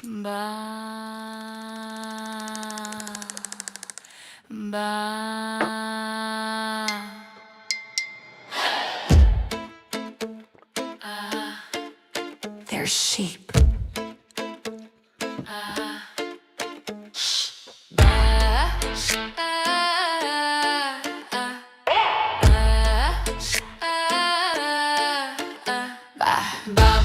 myself in the flock tonight. Won't stretch wrong, and if it's too tight, calling everybody sheep in the nicotine breach, but there's flop marks leading in from the beach. There we go. That was what I needed to give you. Ah. Oh, yes. You like that, huh? We love music. Ooh, yeah. If you guys are members, you'll get that whole song. I see me's only one looking backwards. I is the one looking backwards saying, "Ooh, what the heck?" Yeah, members will get that tonight. That thing will be dropping for members only. As soon as we finish up tonight, I will turn that thing into a members only video. It doesn't matter your member level on that one. You don't have to be a higher or lower member, just the base level, which I think is like $1.99 a month, and you get to see that early. That's going to run probably for a few days, and then it will be released to everybody else. So if you're not a member, it's okay. You'll still get to see it. I won't keep it from you. Can you tell me my creator app? I use multiple ones. It just depends. I use everything from Nano Banana to Grok to Runway Gemini. I mean, I run it through a whole bunch of different things. No, that's Mutton Flop. That's Mutton Flop. Fleesa, she might look vicious, but that's Mutton Flop. I don't know who Fleesa is, but that's Mutton Flop. I think I'll change the name to Mutton Flop. Or you've got her new name, Mutton Flop. Just remember, Mutton Flop. Bah! Exactly. And I didn't know this, but you know, I was able to catch Rosalind Duke's stream with Expert, and had Jeremy and George were on there giving a little more explanation into what was going on in Ohio, craziness that they've had to deal with. It's definitely worth a watch. If you haven't seen it, definitely go check it out, because she got a lot more information than I was absolutely surprised how good she is at what she does. Yeah, Mutton Flop. Nano Banana views. I guess I'm too dumb. No, you're not too dumb. See, one thing you have to remember, Valor, if you're going to use something like Nano Banana, and it's really easy, you pull up something like ChatGPT or even Grok, and you tell it how to talk to Nano Banana to get it to do certain things. It'll actually give you the directions that you can use for whatever you're trying to create. Pretty cool. Yeah, Rosalind's stream was absolutely awesome. Mutton Flop. Hashtag Mutton Flop. That's right, K-Man. Shizzy's the only channel I buy membership. So much fun, and I can decompress and be silly. Hey, there's nothing wrong with decompressing, being silly. And the cool thing is we don't even care if you are a member of the anti-Hales, because those people are the ones that really need to be paying more attention to what's going on. If you're just there for hate, if you're there to cause problems, you know, we won't let you into this chat. This chat is very, very vicious when it comes to protecting it. We don't mind if you come in, you watch, and you see exactly what we're talking about. Matter of fact, we prefer that you come in and you understand what it is that we're saying.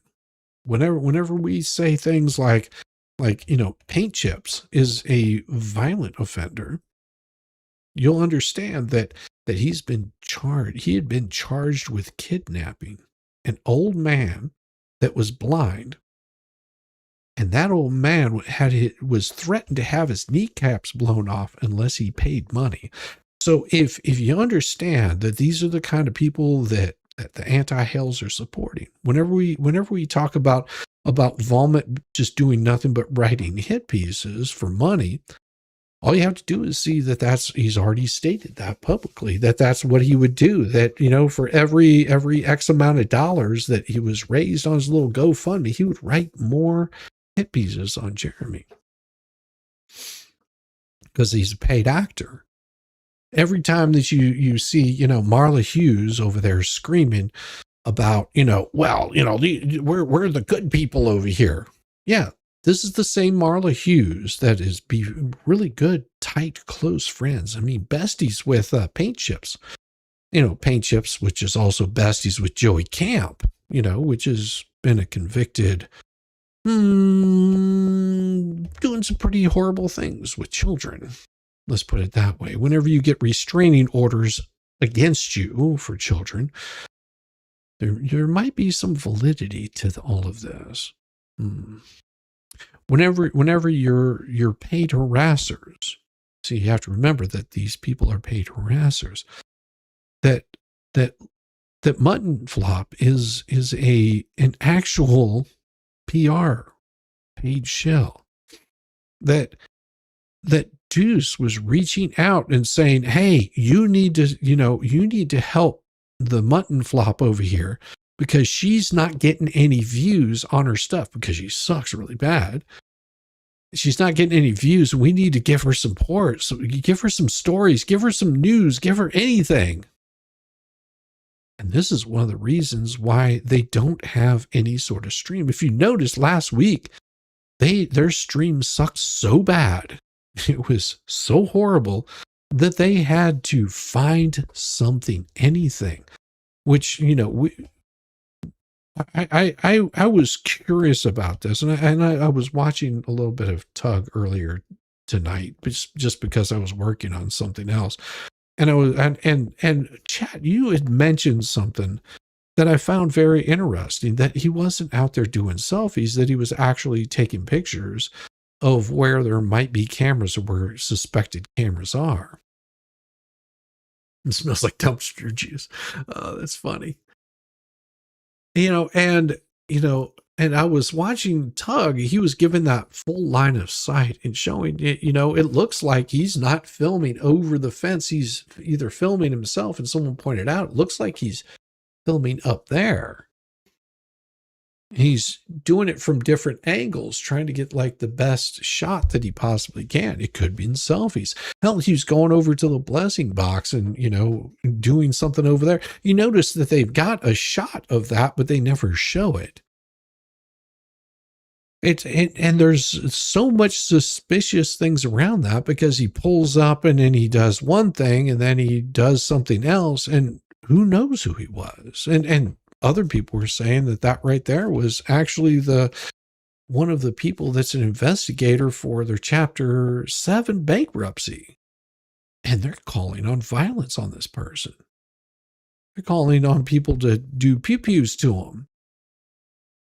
I mean, all of this kind of, and like I said, whenever you want to be anti-Hales, that's fine. If that's how you feel, you don't like Jeremy. Whoopee. Good on you. There's lots of people that don't like Jeremy, but there's not a lot of people that dislike Jeremy so much that they would go try to destroy his business, call for violence on him and George, call for violence on people that are associated with him. I mean, I was absolutely, and I talked to Travis today. We got that stuff set up for him, so he's able to receive people sending things over there. To type into his chat and say, I would appreciate your people leaving my property alone. We're not a zoo. What does Travis have to do with that? Travis isn't doing anything. Travis has a YouTube channel, and people like Travis and come by and they say things on YouTube. He's got a YouTube channel, which is a wonderful YouTube channel, but there's and he puts it right, the drama llamas that are out there wanting to stir up shit. And you have to remember that the fleas, Mutton Flop in particular, and of course, you got Mutton Flop and Pork Chop and all the other goofy ones over there, that they don't have any content. They can't sit down and watch the Afro Man trial because, well, they wouldn't understand it. I mean, their comprehension of anything is about that of a fit 5-year-old. All they do is hate and attack. And I could sit here and go, well, you know what, tonight I think I'm just going to make music all night long. I can do that. Make music all night long for you guys. It probably suck really bad, but sure, I could do it. But this is what they don't understand, that they don't have any content. Their content is hating Jeremy. That is their biggest problem. They have this obsession with hating Jeremy. They hate Jeremy. They hate Travis. Oh, I'm sure they hate Travis just as much, because if I'm not mistaken, the Mutton Flop was actually a member, a mod for Travis. If I'm not mistaken, she was a mod for Travis. Now you guys can correct me if I'm wrong, but I'm pretty sure that she was a mod, and she started in with her bullshit and got Travis was just like, I'm not dealing with this kind of crap on my channel, and removed her. I mean, you guys can correct me if I'm wrong. I love whatever I do too, because I enjoy doing what I do. All the things I have, all of the beautiful things that I have on my channel. If you look, I've got everything from talking about cults to talking about politics to talking about all kinds of things. I used to do a beautiful morning show, and I love doing the morning show. So much fun. But I decided to step away from covering politics because, well, it seemed like the same thing over and over again, and I'm just not going to do it. Mornings was sort of like my waking up, and this is my normal morning wake up and cover some politics. Dance party in Shizzy's chat. Hell yeah, Gwen. Do a dance party in Shizzy's chat. And it is, these folks they don't have any talent. And it's not their fault that they don't have any talent. It's just they never tried to achieve anything more than mediocre. And it's okay. I mean, there's nothing wrong with being mediocre. My music is the bomb. I love it. Yeah, I mean, thank you. I appreciate it. And yes, my morning shows were a lot of fun.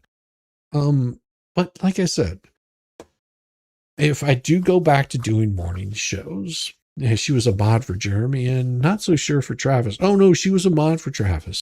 Yeah, she was a mod for Travis. I think she was handling his merchandising or something like that, if I'm not mistaken. They had 35 subs to start. Hey, yeah, she used to be a mod for Travis. She also got booted from both. Yeah. Morning, Miss Peanut. Morning, Miss Peanut. No, so whenever she starts trying to throw shade on Jeremy, I find it very suspicious. Especially, I mean, think about this. She's had how many years has this crap been going on? That she's been saying, people are driving by all the time and harassing me. And if they had that much evidence of this kind of crap happening, you know that those fat fucks would have been on top of it almost immediately. And it wasn't until they ran out of content because nobody was talking about them. Seriously, nobody was talking about their lame ass show. Nobody gave two shits what they were doing. I don't even think Jay was even doing a flea cap because he was covering other shit. And they hate that so much that they have to create some bullshit story about somebody showing up and harassing Lynette. Lynette has to stir the pot. They need content. Remember this. They need content. And their content is to hate Jeremy Hales because they don't know anything else. And this is the kind of content that they're going to be putting out, because I guarantee if they got a bunch of hits on that right there, they're going to have more of these people showing up. More weird things are going to be happening around Lynette's place. It's because that's what they are. They are looking for content. They have nothing because they won't read the court filings. The only time they read the court filings is whenever they think they won. Remember that just, what was it, 2 weeks ago? They were throwing big uptown celebrations. They're just like, woohoo, we beat Jeremy. We got, he was totally denied it. Was it? I mean, you would think that they just won the fucking lottery. And if they were so excited about that, then what was the necessity of Paint Chips ever filing another fucking thing? Ever. What did he need to file? Nothing. What did Fleeca need to file? Nothing. Sorry, Mutton Flop. Mutton Flops needed to file nothing. She didn't need to say a damn word. If they were so convinced that that case was dismissed with prejudice and it was done and over, why would they need to file a single document? What purpose did it serve? They needed content. They needed clicks and views. That's what they are there for. Get the clicks, get the views. That's it. They don't have content. They don't have talent. They're low rent hacks. The other is lucky not be facing the death penalty. Claims she has celebrity friends she can have on the show. Why in the hell wouldn't she do that? She knows nobody. Well, of course, here's the thing. I have celebrity friends too. I don't know if they'd want to be on this show. Celebrity friends? If that's all she's got, celebrity friends? Okay, that doesn't mean you have talent. I've known lots of people that have friends with celebrities. Doesn't mean that they have the talent of that celebrity. I know some really damn good bass players that are much better than me. Doesn't make me a better bass player. I know a lot of really good, pianists and guys that play organ. I would say organist, but that just sounds perverted. But I know a lot of guys that play, B3 organs, piano, keyboard players. And I could have them on here all day long. Doesn't mean that I can play keyboard or have any talent for that. I mean, geez. Hang on. Mutton Flop says, Mr. Beast, what do you call on her page? Bring me the Horizon rock band. Veil of Maya, flower power. She had quite a court case against her in Arizona some years back on a supposed show she was supposed to put on. Oh yeah, we've covered that here. Yeah, that wasn't really much of a court case. She lost. They were just like, yeah, no. Yeah, most court cases you're gonna lose with anyway. She claims she has celebrity friends. Yeah, okay, sure, got celebrity friends. Whoopee. I can tell you. You guys know who Iron Butterfly is? Cool. Maybe whenever I'm on vacation this year, I'll introduce you guys to someone from Iron Butterfly. How's that sound? While I'm on vacation. I'll have to see if I can make that happen. There's no guarantees because they might be shy. But we'll see. Morning show with Oregon sounds great. Hey, squatters have no rights. Get over here. Get over here. Talent. It comes down to humor that counts. Yes, they don't. They lack humor. They lack being able to laugh at themselves. Yes, I mean, and there's a lot to laugh at. It's fun. I can say I have celebrity friends, me, myself, and I. Yeah. No, I actually know quite a few celebrities. Doesn't mean that I would ever have them on a show. They're sort of doing their own thing and wasting time with me. Psh, why would they want to do that? You know who I find more of a celebrity? You guys. You guys are the star of the show. I see you more often than I see my celebrity friends. You guys the best. Me, my celebrity friends, some of them are real dicks. I don't know if I'd want to have them on here. Check out Rosalind's interview with What the Hales. That's right, maybe not. Sorry, I accidentally hid your message, Sweet Rage. Don't worry. I don't, let's see. I don't see Sweet Rage. Yeah, Sweet Rage says talent. The other is lucky not to be facing the death penalty. Yeah, you got it. You got it, Sweet Rage. You're absolutely fine. And you can always turn it back on. You can always turn it back on. It's fine. So much for LP not ever talking with the fleas. She sends them information to store on their computers daily. Exactly, Big Al. I saw all that information. I'm like, man. And you guys are so on top of this stuff that, I mean, it's already old news for me whenever I hear about it. Wow. I mean, the amount of insanity that I've seen over the past, it's just crazy. It's crazy. I mean, hell, I'll even show you the video I got today, because it was crazy. Let me see if I've got it. Is that here? I don't think that's it. Would it come in today?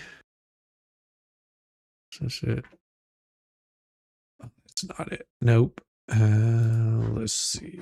We'll close that. It was. Where did I get that from? I'll have to see where I downloaded it. That'll take me a second to do,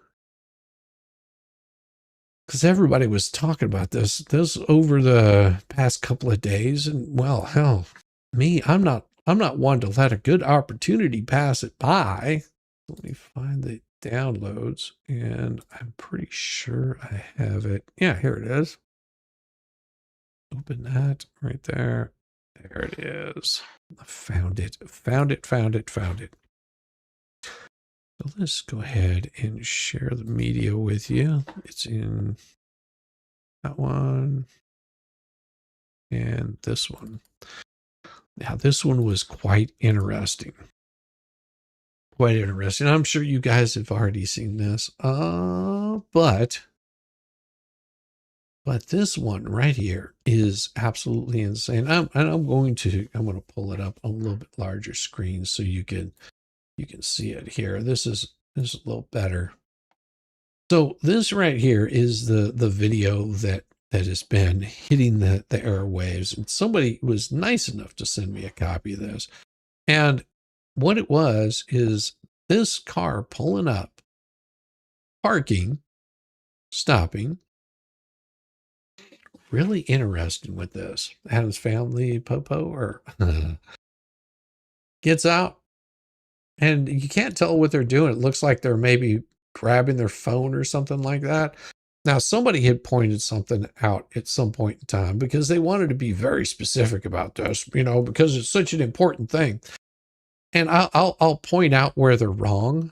I'll point out very clearly where they're wrong. They're going to see that right over on this little side of the door. They're saying, "Oh, that's a logo." You can clearly tell that it's shining up from the road, and I'll show you exactly whenever it hit me that that's what happened. I don't find celebrities special. They're just people else. Exactly. If you put someone on a pedestal in your mind, it puts them above you, and I don't find anyone above me other than my wife. Well, it just depends on whether she's on top that night or not. So dude gets out. I'm assuming it's a dude. It could be a woman. I don't know for certain. I mean, I don't want to assume. Looks like they're doing something at the box. Maybe they're looking at stickers. Maybe they're looking at who signed. All right. Here's where I notice it. Now, whenever this truck drives by, look at the side of the car, and you'll notice something about the side of the car, right where they want to say that it was a sticker of some sort. Just watch as the truck goes by. Oh, look at that. That shows it's a reflection on the side of the car. And I'll back it up so you can see it again as the car goes by. Right here, goes by, and look.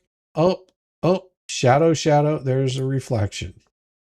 You notice There you go. I didn't know what was happening. No time out, Heather. It's all good. A few years ago, I sent a few comments in chat. A few people asked me how old I was because I sound like an idiot. Oh, I don't ever think you sound like an idiot. Nope. Nope. I like I said, I'm the one that sounds like an idiot. Maybe. Debbie Baker. And don't you worry. Whenever people are saying stuff like that, then just ignore them. That is the best thing. And you can tell that that's a reflection. Now, the wind is blowing stuff around. He's over there doing something. But of course, they skipped over some of the other stuff. Like what else was he doing? You know, they skipped this big portion, which was really strange to me. Like, why do you strip things like that? It looks to me like somebody was saying that it looks like he's taking a picture across the street. Jay's the idiot. Well, that's true too. But he's a lovable idiot. But there now see that right there looks like they're doing a selfie. They're posing in a particular way, but there's a possibility that they're actually just taking a picture of something up in a tree. I mean, we don't know. We can't see their phone. And there's a possibility because, which I didn't realize this, but there is an actual signs on the back fence here. And on that back fence, it says no trespassing, cameras are available. So to me, I think he's taking a picture of the giant bird. He might be saying, what's this bird doing? Oh, look, there's this little park here. Can I go in the park? What's this all about? And maybe this could be a she. I don't know. This could be a she. Maybe they stopped by to give something to the blessing box. Yeah, that could be a she. Yeah, look, they're right there where they're looking at. That's where the blessing box is. They look more curious about it than anything. You can see the shadow of the bird as he's leaving. Yeah. So it looks to me like he's looking at the blessing box, and it probably says something on there. And it might be just, I mean, I don't know what it says on the blessing box. It might be saying, knock on the gate for more information. I don't know. You know, and they look at it and it looks like they, you know, it's really odd that that's the image that you get cut off at. And they don't show you this image right here. See, isn't it weird they don't show you this image, this shot right here? Huh. So if there's your blessing box right there that it looks like he's looking at. He's just like, okay, what's this sign say? And then he walks over and sees this sign and this sign. What do those signs say? You know, it looks like he's just over there going, okay, well, you know, well, look here. I mean, you can see his shadow right there. It doesn't move. Looks like his shadow is right there and he's doing his thing. And okay. Boobs, he's been called. Yeah, could be.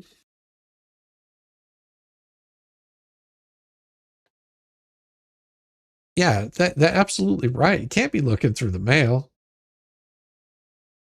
That would be correct because they don't get their mail there. All their mail comes to the post office because they don't have any mailboxes there. He should have leaned heavier on George. There would have been more outrage if it was in a female name. More about George.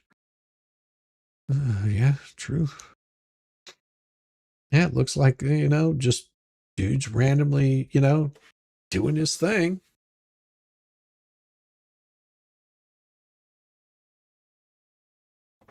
Sees the gates all jacked up. Sees people through there. Maybe he's like, what the hell's going on here? Is this a junkyard? I mean, I'm curious. Maybe he has no idea what it is. Well, hell, you know, for all we know, this is Topher. I mean, this could be Topher right here. I've never seen Topher. I'm just going to assume this could be Topher. Was looking to, you know, come over and maybe get some, you know, party gifts or something like that. Hell, I don't know. I mean, how many of you people have seen Topher? I mean, honestly, have you seen Topher? Has anybody seen Topher? Could you point him out? Didn't Topher get all his hair cut? I mean, he does hang around with a bunch of, exceptionally large people. It could be. Fence for sale? Malaysia Bola? I don't know. It could be anybody. Yeah, like, share, subscribe, join the nuts. We have good head. I mean, leader. Thanks, baby. That's bad. He found the stain that fell off the truck. Maybe that's what he was dropping off. Maybe he dropped that off in their little blessing box. I mean, who knows? Shizzy's channel really could help me. I just wish I could get all of you a membership. I have always felt safe on Shizzy's channel. Always so kind, caring, compassion to all of us in chat. Thanks, Shizzy. No problem, Debbie Baker. I try to be fair and kind to everybody, and mock just as much as I take the mockery. California, Florida protests. Ooh, that would be interesting. But looks like he's just walking around. Oh, and if I'm not mistaken, that's a mockingbird. I could be wrong. If you've never seen a mockingbird, generally they will bounce down at you like that. I've seen one do that to a cat. It's so cool. Dive bombing a cat. Debbie Baker with the 5 gifted memberships. Looks a lot like Bonehead. Could be. Hey, maybe that is Bone Crusher. Oh, maybe he did arrive. He didn't bring his camper. Clark Stark, I think. Hey, we don't know who it is. Debbie Baker, thank you so much. Sweet Rage got one. Little Miss Red Velvet OG got one. Snowflower got one. And Lily Smith also got one. Also, Christy Bigelow. I love that name, Christy Bigelow. Man, you know what that gets you right there? Welcome to the ship show. Every single day. Oh, yes, it is. A new flavor of buggery. Because everybody's suchy and they're dumber than a bag of rocks. Monday, Tuesday, Wednesday, and then 4 more days of increasingly stupid, ridiculous, ignorant, baller, dash, pop, cock, ball, and buttery. Living all over again, I said no.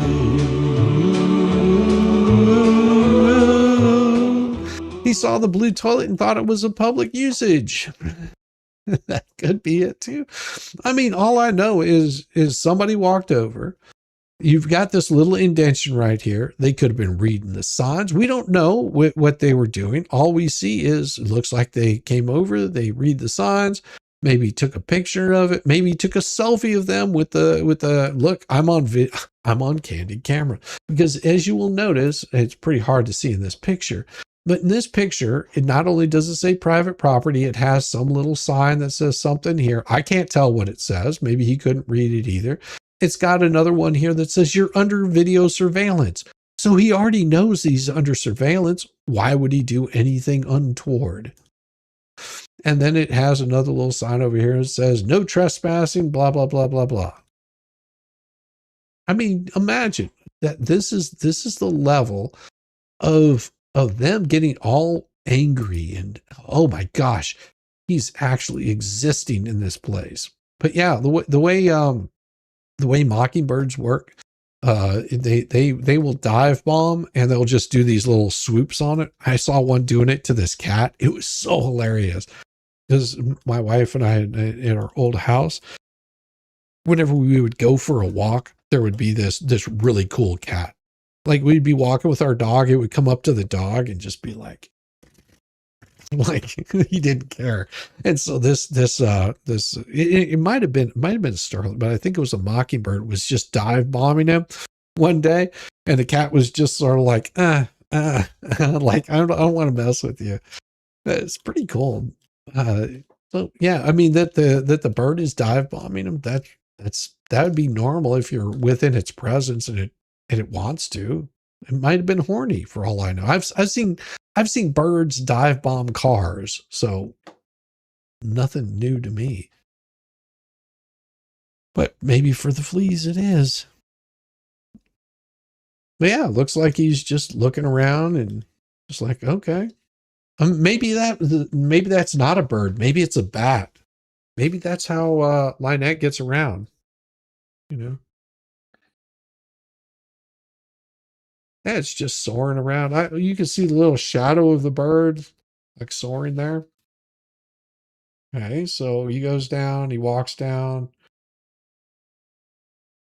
looking around just like, okay, well, this is interesting. Hell, he may not even know what that is across the street. He might think that that's a junkyard or something. I mean, who's to say that this guy wasn't driving down the street and was like, this is interesting. That was a crow? I've never seen a crow dive bomb like that before. That looked, you know, and it's hard to tell because, you know, it's so washed out with white on this.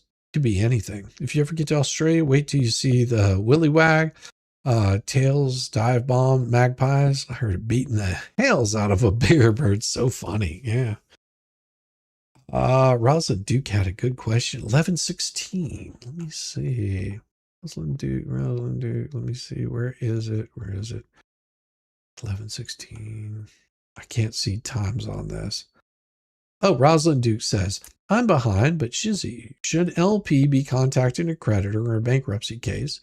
Her comments to Willis are direct contact and possibly intimidation. Her attorney should have reached out to him. Oh, now in this, I don't know. That's a possibility that she could get in trouble for that. Should she be contacting a creditor? I don't know. Possibly. I don't think she would get in any trouble for that.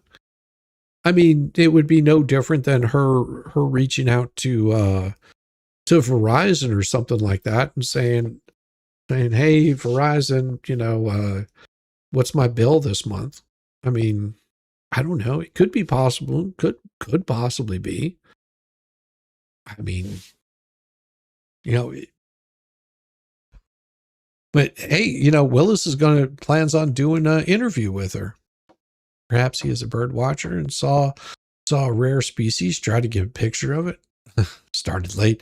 She decided to come after me. She doesn't know shite about me, asking if I've ever been punched in the face. What the actual F? That woman's reckless with her words. Yeah, that's pretty reckless. Of course, I would expect nothing less from, you know, the whole flea circus over there. But yeah, it just seems to me, you know, this guy could have been driving down the road. Maybe he passed by one way and then saw this place and was just like, hey, this looks really cool. Is this I mean, what is this? Is this a junkyard? And so, you know, he can see through a crack in the fence. He looks through the crack in the fence and goes, well, it looks like a junkyard. Odd sort of junkyard, but okay. And then just like wanders to see if he can get a better look at it. And then maybe he gets one. Maybe fleeces grown wings. It could defy physics. If it could defy physics, true. All right. So walks back down and looks like he's probably looking down at his phone and figuring out where he is and says, well, okay. Well, maybe I'm missing something here that's important. Looks like he's taking a little bit of a walk, but the camera is only pointed at one spot. And then, well, so he's driven by before? Okay, now this is weird. Okay. Something that they said is, oh, he drove straight from here. So saying that he drove straight from this parking spot. Okay. So did he drive from this parking spot and then went down all the way to this video? If you watch this clip, watch where they start the clip at. right there. That's where they start the clip. Now, you would think that this was just the beginning of another clip, that he was going to be parking here, okay? Because that's what he's doing. He's driving down the middle of the road, and he's about to park over here. Also, if you didn't notice, the pickup truck was driving down the middle of the road, too. But watch this. So instead of turning in there, oh, what just happened? Is that the same car? Is that a different car? Oh, yeah, it could be a PI. It absolutely could be a PI. Or it could be somebody serving her papers. I mean, it is warm in Florida right now. It could have been somebody. I'll respond my way. Oh, yeah, respond your way. I can't wait to hear it. But who's to say that this car, all right, I'm looking. Let's see. We've got a black car with a low-hanging license plate. All right. And then we've got... Oh, this is a different car. This is a totally different car. This is a blue car. Okay, let's see. We've got a blue car. Those are the hubcaps. This one's got blacked out hubcaps. See? We'll back it up. Two different cars. Two different cars altogether. So it's not even the same car. All right, there's the car right there. You can see how the license plate is. Well, the other car does. These are two different cars. Twaddlebum, these are two different cars. There are initials in the license plate too. All I'm telling you right now is these are two different cars. These are two separate cars. Look at where the license plate sits. Look at the tail lights. Watch whenever he pulls in. If you look really closely, you'll notice that those hubcaps are solid black, which means those are blacked outs. Okay, so these right here, these are blacked out. Okay, either those are steel rims or they're just blackout rims, which is completely different. And then if you go over to this, and that's a black car right there. And then you go over to this other one right here where they're trying to claim that's the same car. That's not the same car. That's a different car altogether. You can tell because it has hubcaps on it that are clearly plastic. Yeah, that's not those are plastic. That's a Honda, if I believe correctly. It might be the same style car, but they're two different cars. Also, it has the chrome inflection over here on the hood or on the trunk. And if you go to this one here, there's no chrome inflection on it whatsoever. You can see it right there. See, no chrome. So different car altogether. Two separate cars.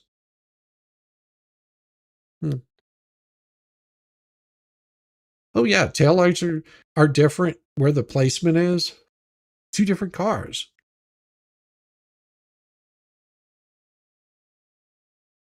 Yeah, there's no hubcaps on this one. Boot of car is less raked too. Yeah. Yeah, exactly. The black mags. Yeah, this is the first car. That's what it looks like. It looks like it could be black mags. So he's got black mags on this one over here. You know, that they're claiming was this guy driving down here. This is a different car altogether. Yeah, it's got chrome on it. It's got metal hubcap or, plastic hubcap covers. Probably has steel wheels. Fleet vehicle. Yeah. Huh. Also, there's something lettered on the side. There's no letters on the side of either of these cars. Yeah, different time of day. Also, check the shadows on the road. Yeah, I mean, yeah. There's the shadow. That could be an hour later. That could be, yeah. Yeah, different time of day, different car. Got this one right here. Like I said, these, here's the shadow I'll show you right here.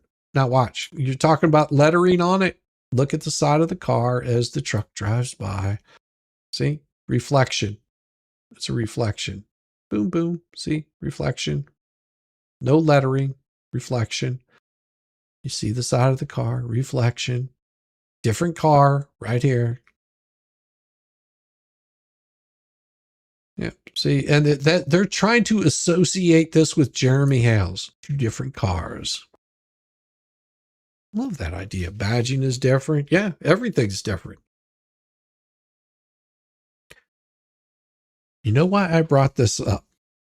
Because they are debunked yet again.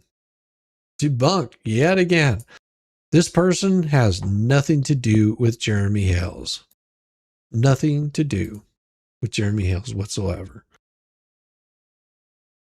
But they're trying to make it sound like it has to do with Jeremy Hales.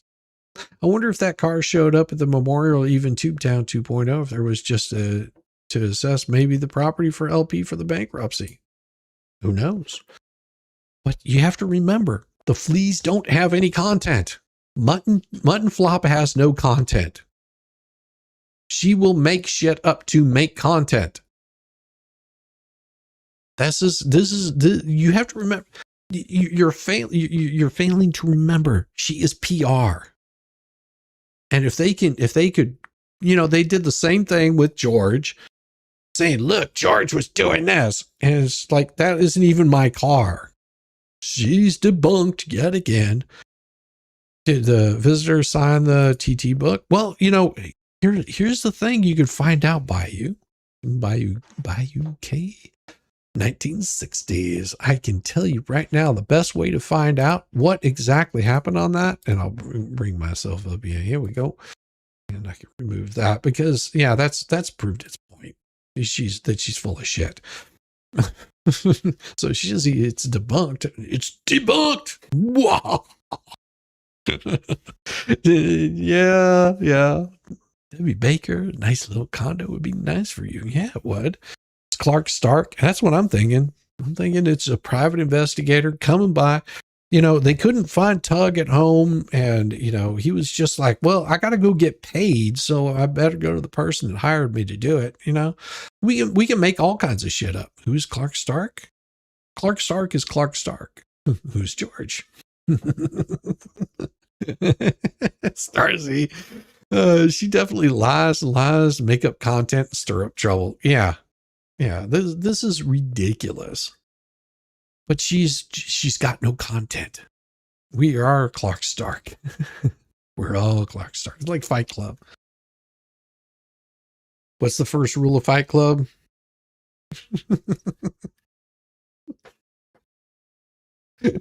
Don't talk about Fight Club. What's the second rule of Fight Club? Don't talk about Fight Club.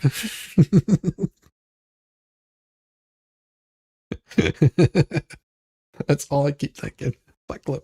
Oh my gosh. No, they're being totally proven to be fools yet again. But we expected that. 2 separate cars. I don't want to just want to rent someplace. I've owned my own home since I was like 18 and sold a few in between. I'm ready to just rent someplace. Jeremy already said that and announced the guy was there taking pics for bankruptcy case. Yeah. Yeah. And that's the thing. There's a possibility that the person that she's showing is somebody different. I mean, I don't know. Jeremy could say that that's the man on the moon. I couldn't confirm it. I'd have to take Jeremy's word for it. I'll tell you, Jeremy's been much more truthful than these people have been. All right. Well, let me do this. So all you members, I'm going to see where I'm going to send all you fine people off to. And we will continue on with that document. There's much more to it. I knew that it was starting to get a little bit late. I've been going since 9. It's hitting 11:30, and it's a long document. I'm about halfway through it, and I will try to finish out some more. But I knew that there was a lot of questions about that, and I hadn't viewed the whole film. But yeah, I'm glad I did, because now I can show that They were just absolutely wrong. And you know, I don't care. I don't care that they're absolutely wrong. That's the beauty of it. I have so much stuff going on to this. I will forget what was I doing. I was making sure that I send you guys wherever there is something going on. Let's see who we've got. And that was my unlisted one. That's beautiful. Get this correct here, and I will see who is live. I can delete that from there and add, and let's see who we've got going on. Looks like we got Jessica Trout Fools. Looks like Ultimate Live General Knowledge is going on right now. I wanted to see if the man, the myth, the legend, the brother was happening tonight.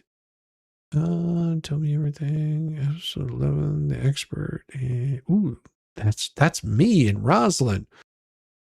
That's me and Rosalind. Going to be doing that music video and AI music and video. The creators behind the. Oh, I can't wait to see that.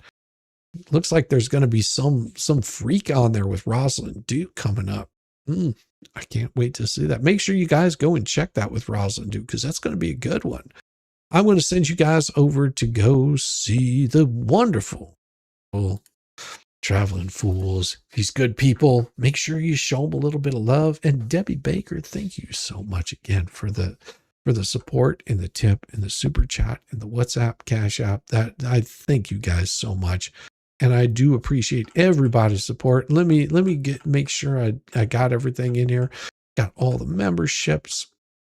And I wanted to make sure I didn't miss anything, because it was Debbie Baker coming in with the 5 gifted memberships. Oh, that's so nice of you. I appreciate that. And you know, that little bit always, everybody else seems to appreciate it too, because you know, they get that little bit of extra something to look forward to. And I will have that video go live for members only here as soon as I end the stream. And I'll be in it here in a little bit. I just wanted to scroll up.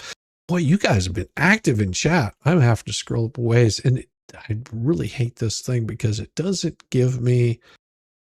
It says, "Oh, you can like star these to remember," and then you forget. Debbie Baker, you did a great job. I'm sorry it takes so long, but we cherish every word of your sweetheart. Yes, we do. Yes, we do. And thank you very much. Maybe not. I mean, maybe not. You are just absolutely lovely. And also, maybe not, says your message was fine. We could all read it. We love you and appreciate you that you're here with us. Thank you, maybe not, yet again for another $5 super chat. You guys are beautiful, gorgeous, wonderful people. Can we do a morning show? Ooh, man, I don't know if I'm going to be able to do a morning show. I get up much earlier than I should. Gifted 1 membership. Thank you, Fallen Hero, yet again. Dragon's Gravy got that one. I do want to get back into doing the morning shows, but if I end up changing up my time, it'll be to do it in the mornings. And Patrick W. did come up with a beautiful question. Once the property is auctioned off and LP no longer owns the property, does the local eviction laws apply, or does the protection order take precedent and they have to be 500 feet from Jeremy Hales instead of 10 feet? Well, it would be that they would have to. No, that makes more sense, Patrick. And I read that wrong earlier. Yes, absolutely. If they don't live on that property, if they're no longer residents on that, then yes, they would have to stay the 500 feet. That is absolutely correct. That would be the 500 feet. If they're on their resident, they can be 10 feet away. But other than that, they would have to be 500 feet away from them. So yeah, if it's no longer their property, that would be absolutely right. And let me get these other ones. Well, thank you very much for Red Queen says mutton flop chops. I know it's going to be glorious, and I'll pull that up here in a second. I'm just going back through because you guys have been super active tonight. Blake Rich celebrating 7 months of membership. Good evening. Good evening to you, Blake. And also Rob Bates said, we need a good jazz celebration song tonight. Hales has Ohio ruling in his hands, and LP and John are going to jail. I don't know. We'll see what exactly happens. I'd like to, I guess we'll find out more about it tomorrow. I'm sure that there's going to be something happening, but maybe we won't find anything out until Levy County does what they're supposed to do. We will absolutely see with that. And also Shane Thompson's with the super celebrating 2 months of membership. Happy to be in the Nut House. Yes, as you guys know, you can always do the membership. If you've been a member here, you can always put in there in the little chat, and it is absolutely wonderful. And also Rob Pate became a member yet again. A Matt Red Queen celebrating the 1 year membership. Holy moly, a whole new year already. Wow, it seems as nuts has gone by so fast. And I've said so many bad jokes about that. And maybe not also with the 10 gifted memberships. You guys are beautiful. And I see that finishes up all the way up to the top. And I saw that we had 2 more that came in while we were talking. Mutton Flop chops. I'll give you a little taste of it before we head completely out and before I make it live on everything. And Valor News Parody says, thank you very much. I appreciate it. Thanks, Shizzy. No, thank you guys. We love it so much that you can be here, and your support is always so helpful. I mean, you have no idea the amount of work that it goes into doing all of this, and you guys' support just keeps it real and keeps me humble. Trust me. I'm humbled on a daily basis, especially whenever I see people like Rosalind Duke and how well she's doing and how well she puts together a show. It truly humbles me, because I'm just like, man, one day I'll be as good as them. But here, we'll give you a little bit more of the Mutton Flop, and then we will send you guys over to see Traveling Fools. All right, here we go.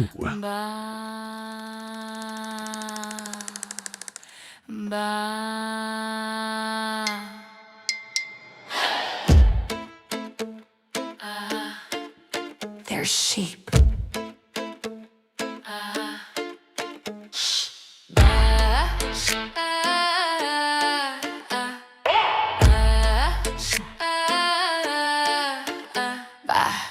Something's up in the flock tonight. Won't stretch wrong, and if it's too tight, calling everybody sheep in the Nicodeme breach. But there's flop marks leading in from the beach. You bleed. Breaking news or whatever. They're on another one. Gang, gang. Yeah. Gang, gang, emergency Zoom film at 11. Same 5 goons, same deranged obsession. This changes everything. Bro, it's page 47 of emotion they skin while half watching Yellowstone. Gang, gang, squinting at 8-point font like detectives. Zoom so far and the pixels are screaming for mercy. Look at this, timestamps 2020, 22, my God. But they're yelling it like they just cracked Watergate. High five. Mike's been muted for 20 minutes, still barking. Circular logic, so a lot of time to seem impressive. Trust the plan, this is massive. Nah, fam, it's boilerplate and it's mid at best. Gang, gang. Self-appointed outrage squad patting each other like they personally ended corruption. Gang. Dropping bombshell tea that's been sitting in pieces since breakfast. Gang, gang. Moral high ground speed run, they'll flip the script the second it's convenient. Gang. Same PowerPoint presentation, new day, same brain dead narration. Gang, gang. We're not obsessed, we're just passionate. 3-hour living yesterday's hoodie, passion in my ass. Why is he even breathing right now? Says the guy refreshing notifications every 14 seconds. Gang, gang. Playing lawyer on God mode, reading comprehension. Stuck in elementary, confidence in the stratosphere. Case dismissed. They're screaming to the void. Motion still pending, but go off, I guess. Disagree? Obviously a paid chill. Actually read the filing, deep state plan. Laugh at them, you're clearly compromised too. Exist in the same zip code, suspicious behavior. Notify the group chat. Gang, gang, gang, gang. Tighter circle, smaller brain. Gang, gang. Echo chamber finally running out of oxygen. Gang, gang. Yeah, gang, acting the actual judge like it's group chat. Replay all meltdowns, labeled just asking questions. Got warned by the core once, that was a suggestion. Still yeeted the same dumb screed like it's strictly trash talk. Gang, we're above all this drama. While screenshotting, they on meltdown for content. Preaching peace and love while actively baiting bears. And fake shock when the bear finally bites back. How could this happen? Gang, synchronized tantrum hours. 5 tabs open, all the same screenshot. Different zoom levels, gang, premature victory lap. Over legal language, still can't pause. Standing 10 toes on business until tomorrow's violence and I'm scrambling again. Hype the claim to the moon, then ghost the chat when it ages like milk. Gang,